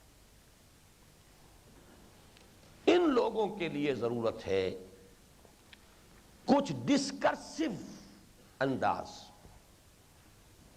انہیں کچھ سکھانا پڑے گا، کچھ پڑھانا پڑے گا، کچھ پردے اٹھانے پڑیں گے، عقلی حجابات دور کرنے ہوں گے. یہ دوسرا درجہ ہے. اس کے لیے چند منٹ اب ہیں میرے پاس، نوٹ کر لیجئے. ایک پروسیس ہے. قرآن کہتا ہے آیات ہیں آسمان اور زمین کے اندر. ان فی خلق السماوات والارض واختلاف اللیل والنہار لآیات لأولی الالباب. ہماری نشانیاں ہیں آسمان و زمین میں برگ درختان سبز در نظر ہوشیار، ہر ورق دفتر است معرفت کردگار۔ پھر تمہارے اندر بھی ہیں وفی انفسکم افلا تبصرون، سنریہم آیاتنا فی الآفاق وفی انفسہم حتی یتبین لہم انہ الحق۔ ان آیات پر غور کرو۔ کوئی یاد آیا؟ یاد آئے گا تمہیں۔ حجابات بہت گہرے نہیں ہیں تو اٹھ جائیں گے، اللہ یاد آئے گا۔ معرفت رب بذریعہ آیات، آیات آفاقی اور انفسی۔ کھول آنکھ، زمین دیکھ، فلک دیکھ، فضا دیکھ، مشرق سے ابھرتے ہوئے سورج کو ذرا دیکھ، یا اپنے من میں ڈوب کر پا جا سراغ زندگی۔ آیات انفسی، آیات آفاقی۔ افلا ينظرون الى الابل كيف خلقت والى السماء كيف رفعت والى الجبال كيف نصبت والى الارض كيف سطحت فذكر انما انت مذكر لست عليهم بمسيطر۔ یہ پہلا قدم ہے۔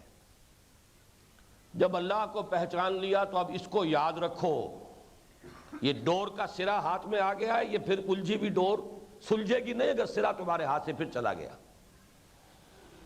اس کا نام ذکر ہے۔ الذین یذکرون اللہ قیاما وقعودا وعلی جنوبہم۔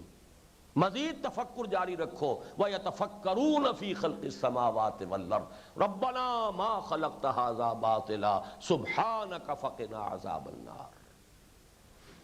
یہاں سے یہ حقیقت منکشف ہوگی، یہ کائنات بغیر نتیجے کے نہیں ہے، کوئی شے بغیر حکمت کے نہیں ہے، یہ باطل نہیں ہے، تخلیق بالحق ہے، ہر شے نتیجہ خیز ہے۔ تو ہماری نیکی اور بدی کی جو حص اندر ہے اس کا نتیجہ کہاں ہے؟ گندم سے گندم نہیں اگ رہی، جو سے جو نہیں پیدا ہو رہا۔ نیکی کا نتیجہ برا نکل رہا ہے یہاں۔ اے دیانت بر تو لعنت از تو رنجے یافتم۔ اور خیانت سے کروڑوں روپے جو آدمی کما رہا ہے، اے خیانت بر تو رحمت از تو گنجے یافتم۔ لہذا کوئی اور عالم ہونا چاہیے۔ کانٹ نے بھی جو جملہ لکھا ہے بہت ہی جاندار جملہ ہے۔ خدا کی ہستی کے دو دلائل ہیں، the starry heavens above and the moral law within۔ ان فی خلق السماوات والارض، the starry heavens above and the moral law within۔ نیکی اور بدی کا جو شعور ہے اندر، اگر یہاں ہر شے نتیجہ خیز ہے تو یہ نیکی اور بدی کا تو الٹا نتیجہ نکل رہا ہے۔ اس کا مطلب ہے کوئی اور عالم ہونا چاہیے۔ سبحانک فقنا عذاب النار، تو ہمیں جہنم کے آگ سے بچا۔ پھر میں عرض کر رہا ہوں، اس پر میرے کئی گھنٹوں کے کیسٹس ہیں، یہ درس اس وقت تو چند جملوں میں خلاصہ بیان کر رہا ہوں۔ جب ایک انسان یہاں تک پہنچ گیا، اللہ کو بھی پہچان لیا آیات آفاقی اور آیات انفسی سے،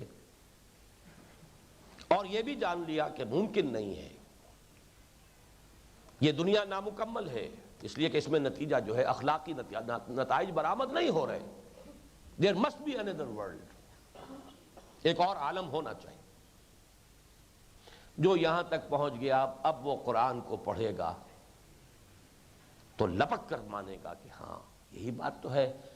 ربنا اننا سمعنا منادیا ینادی للایمان ان آمنوا بربکم فآمنا۔ اس کو شیخ الہند رحمۃ اللہ علیہ نے بڑی خوبصورت تعبیر کی ہے۔ یہ سورہ آل عمران کا آخری رکوع ہے، اس کی ابتدائی 6 آیتیں ہیں، جا کے دیکھ لیجئے گا، میرے کیسٹس ہیں مفصل ان پر، کہ ایک ہے عقلی ایمان۔ عقلی ایمان میں پہلے اللہ کی معرفت، پھر آخرت کی معرفت۔ دوسرا ایمان سمعی ہے، ربنا اننا سمعنا منادیا ینادی للایمان۔ ان دونوں سے ایمان مکمل ہو گیا، لیکن ذرا درجہ بدرجہ ہوا ہے۔ یہ وہ انسٹنٹینیس نہیں ہے۔ جن کی فطرت بالکل صاف شفاف تھی انہیں وقت نہیں لگتا، لیکن جن لوگوں کے پردے آئے ہوئے تھے، پردے اٹھانے کے لیے کچھ محنت کرنی پڑے گی، کچھ سمجھانا ہوگا، کچھ سکھانا ہوگا، کچھ پڑھانا ہوگا، کچھ انگلی پکڑ کر چلانا ہوگا۔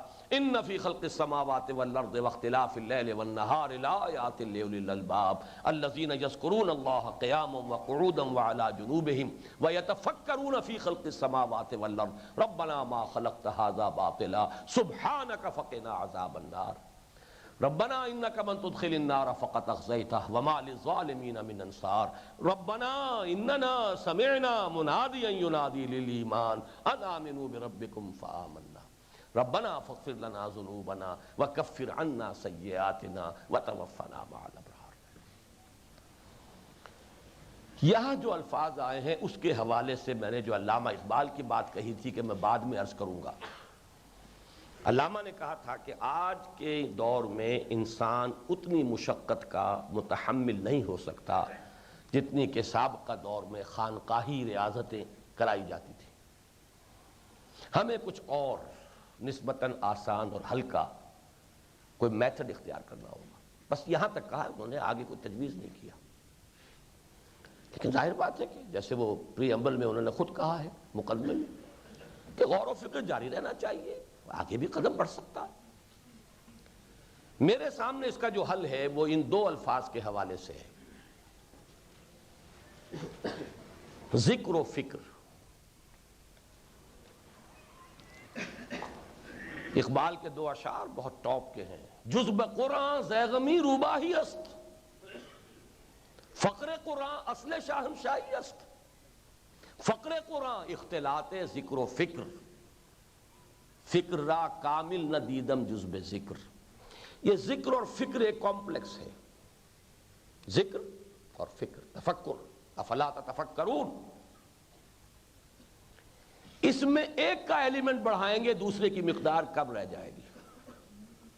فکر کی کمی ہے تو ذکر زیادہ کرنا پڑے گا، اور ذکر کی زیادہ مشقتیں جھیل نہیں سکتا تو فکر کو آگے بڑھائیں، دونوں ضرب کھائیں گے نتیجہ ایک نکل آئے گا۔ آج کا جو انٹلیکچول ایرا ہے وہ اس اعتبار سے آسانی یہاں مہیا کرے گا۔ اگر انٹلیکچولز کا معاملہ ہے تو یہاں پر یہ ہے کہ فکر کے اوپر زیادہ زور ہوگا تو کم مقدار بھی ذکر کی کفایت کر جائے گی۔ واللہ عالم۔ اب صرف 2 منٹ میں آخری بات کہہ رہا ہوں۔ تیسرا درجہ ان لوگوں کا ہے، ویسے تو درجے میں نے کہا تھا بے شمار ہیں، تو صرف بغرض تفہیم، جن کی فطرت مسخ ہو چکی، حجابات نہایت گہرے اور دبیز نہیں اٹھ رہے، دل سیاہ ہو چکا۔ جیسے حضور نے فرمایا آدمی ایک گناہ کرتا ہے داغ پڑ جاتا ہے، توبہ کرتا ہے تو دھل جاتا ہے، نہیں کرتا توبہ پھر گناہ کرتا ہے، پھر داغ، پھر گناہ، پھر داغ، پھر گناہ، پھر داغ، یہاں تک کہ پورا دل سیاہ، آئینہ قلب سیاہ ہو گیا۔ اور فرمایا پھر دل یوں ہو جاتا ہے، مٹھی بند کر کے آپ نے بتایا یوں ہو جاتا ہے دل، یوں ہو کر تو پھر مہر ہی لگے گی، ختم اللہ علی قلوبہم وعلی سمعہم وعلی ابصارہم غشاوہ۔ ان کے دلوں پر مہر ہو چکی، ان کے آنکھوں پر پردے پڑ چکے، ان کے کانوں پر مہر ہو چکی، اب سمع اور بصر اور فؤاد کی صلاحیتوں سے عاری ہو چکے۔ یہ ہیں وہ لوگ جو یوں کہیے کہ روحانی اعتبار سے مر چکے، وہ زندہ ہے ہی نہیں۔ کوئی انذار، کوئی تبشیر، کوئی تذکیر، کوئی تبلیغ چاہے محمد الرسول اللہ کی ہو، مؤثر نہیں ہوگی، مفید نہیں ہوگی۔ والذین کفروا، ان الذین کفروا، کیا فرمایا؟ سواء علیہم انذرتہم ام لم تنذرہم لا یؤمنون، ختم اللہ علی قلوبہم وعلی سمعہم وعلی ابصارہم غشاوہ ولہم عذاب عظیم۔ اب تو یہ آگ کا ایندھن ہی بننے والے ہیں، بس ختم۔ آج غور کر رہا تھا، بین ہی یہی آیت ہے، صرف واو کا اضافہ ہے، وَسَوَاءٌ عَلَيْهِمْ أَنذَرْتَهُمْ أَمْ لَمْ تُنذِرْهُمْ لَا يُؤْمِنُونَ، سورہ یاسین میں، سورہ یاسین کی آیت نمبر 10۔ اور اس کو قرآن کیا کہتا ہے؟ دوسری تعبیر، یہ مردہ ہے، زندہ ہے ہی نہیں، ان کی انسانیت مر چکی، روح دفن ہو چکی ہے، یہ تو مقبرے ہیں، تعزیے ہیں، چلتے پھرتے اور کچھ بھی نہیں۔ اے نبی انہیں آپ زندہ سمجھیے ہی نہیں۔ فرمایا سورہ یاسین میں لِيُنذِرَ مَنْ كَانَ حَيًّا وَيَحِقَّ الْقَوْلُ عَلَى الْكَافِرِينَ، تاکہ خبردار کر دیں آپ ان کو جو زندہ ہوں، باقی کافروں پر تو بس حق قائم، قول قائم ہو جائے گا، حجت قائم ہو جائے گی۔ اور یہی فرمایا سورہ نمل اور سورہ نوم میں، سورہ روم میں، اِنَّكَ لَا تُسْمِعُ الْمَوْتَى وَلَا تُسْمِعُ الصُّمَّ الدُّعَاءَ، اے نبی آپ ان مردوں کو نہیں سنا سکتے، نہ بہروں کو سنا سکتے ہیں۔ اور فَإِنَّكَ لَا تُسْمِعُ الْمَوْتَى وَلَا تُسْمِعُ الصُّمَّ الدُّعَاءَ، وہی ایک واو کا اضافہ، یہاں فا کا اضافہ۔ اہم مضامین قرآن مجید میں کم سے کم 2 دفعہ ضرور آتے ہیں، بارہا میرے درسوں میں یہ بات آپ نے سنی ہوگی۔ یہ تیسرا درجہ ہے، کوئی انذار، کوئی تبشیر، کوئی تذکیر مفید نہیں۔ حاصل کیا ہے؟ شعوری ایمان جو قلب انسانی میں، روح انسانی میں بالقوہ موجود ہے، ایکٹیویٹ ہوگا صرف قرآن کے ذریعے۔ وہ ہے یہ انجمن خدام القرآن کا مقصد۔ مرکزی انجمن خدام القرآن کے قیام کا مقصد منبع ایمان اور سرچشمہ یقین قرآن حکیم کے علم و حکمت کی وسیع پیمانے اور اعلیٰ علمی سطح پر تشہیر و اشاعت ہے، تاکہ امت مسلمہ کے فہیم عناصر میں، یہ وہ انٹلیکچوئل جو میں کہہ رہا ہوں، فہیم عناصر میں تجدید ایمان کی ایک عمومی تحریک برپا ہو جائے، اور اس طرح اسلام کی نشأت ثانیہ اور غلبہ دین حق کے دور ثانی کی راہ ہموار ہو سکے۔ وَمَن نَّصْرُ إِلَّا مِنْ عِندِ اللَّهِ أَقُولُ قَوْلِي هَٰذَا وَأَسْتَغْفِرُ اللَّهَ لِي وَلَكُمْ وَلِسَائِرِ الْمُسْلِمِينَ وَالْمُسْلِمَاتِ۔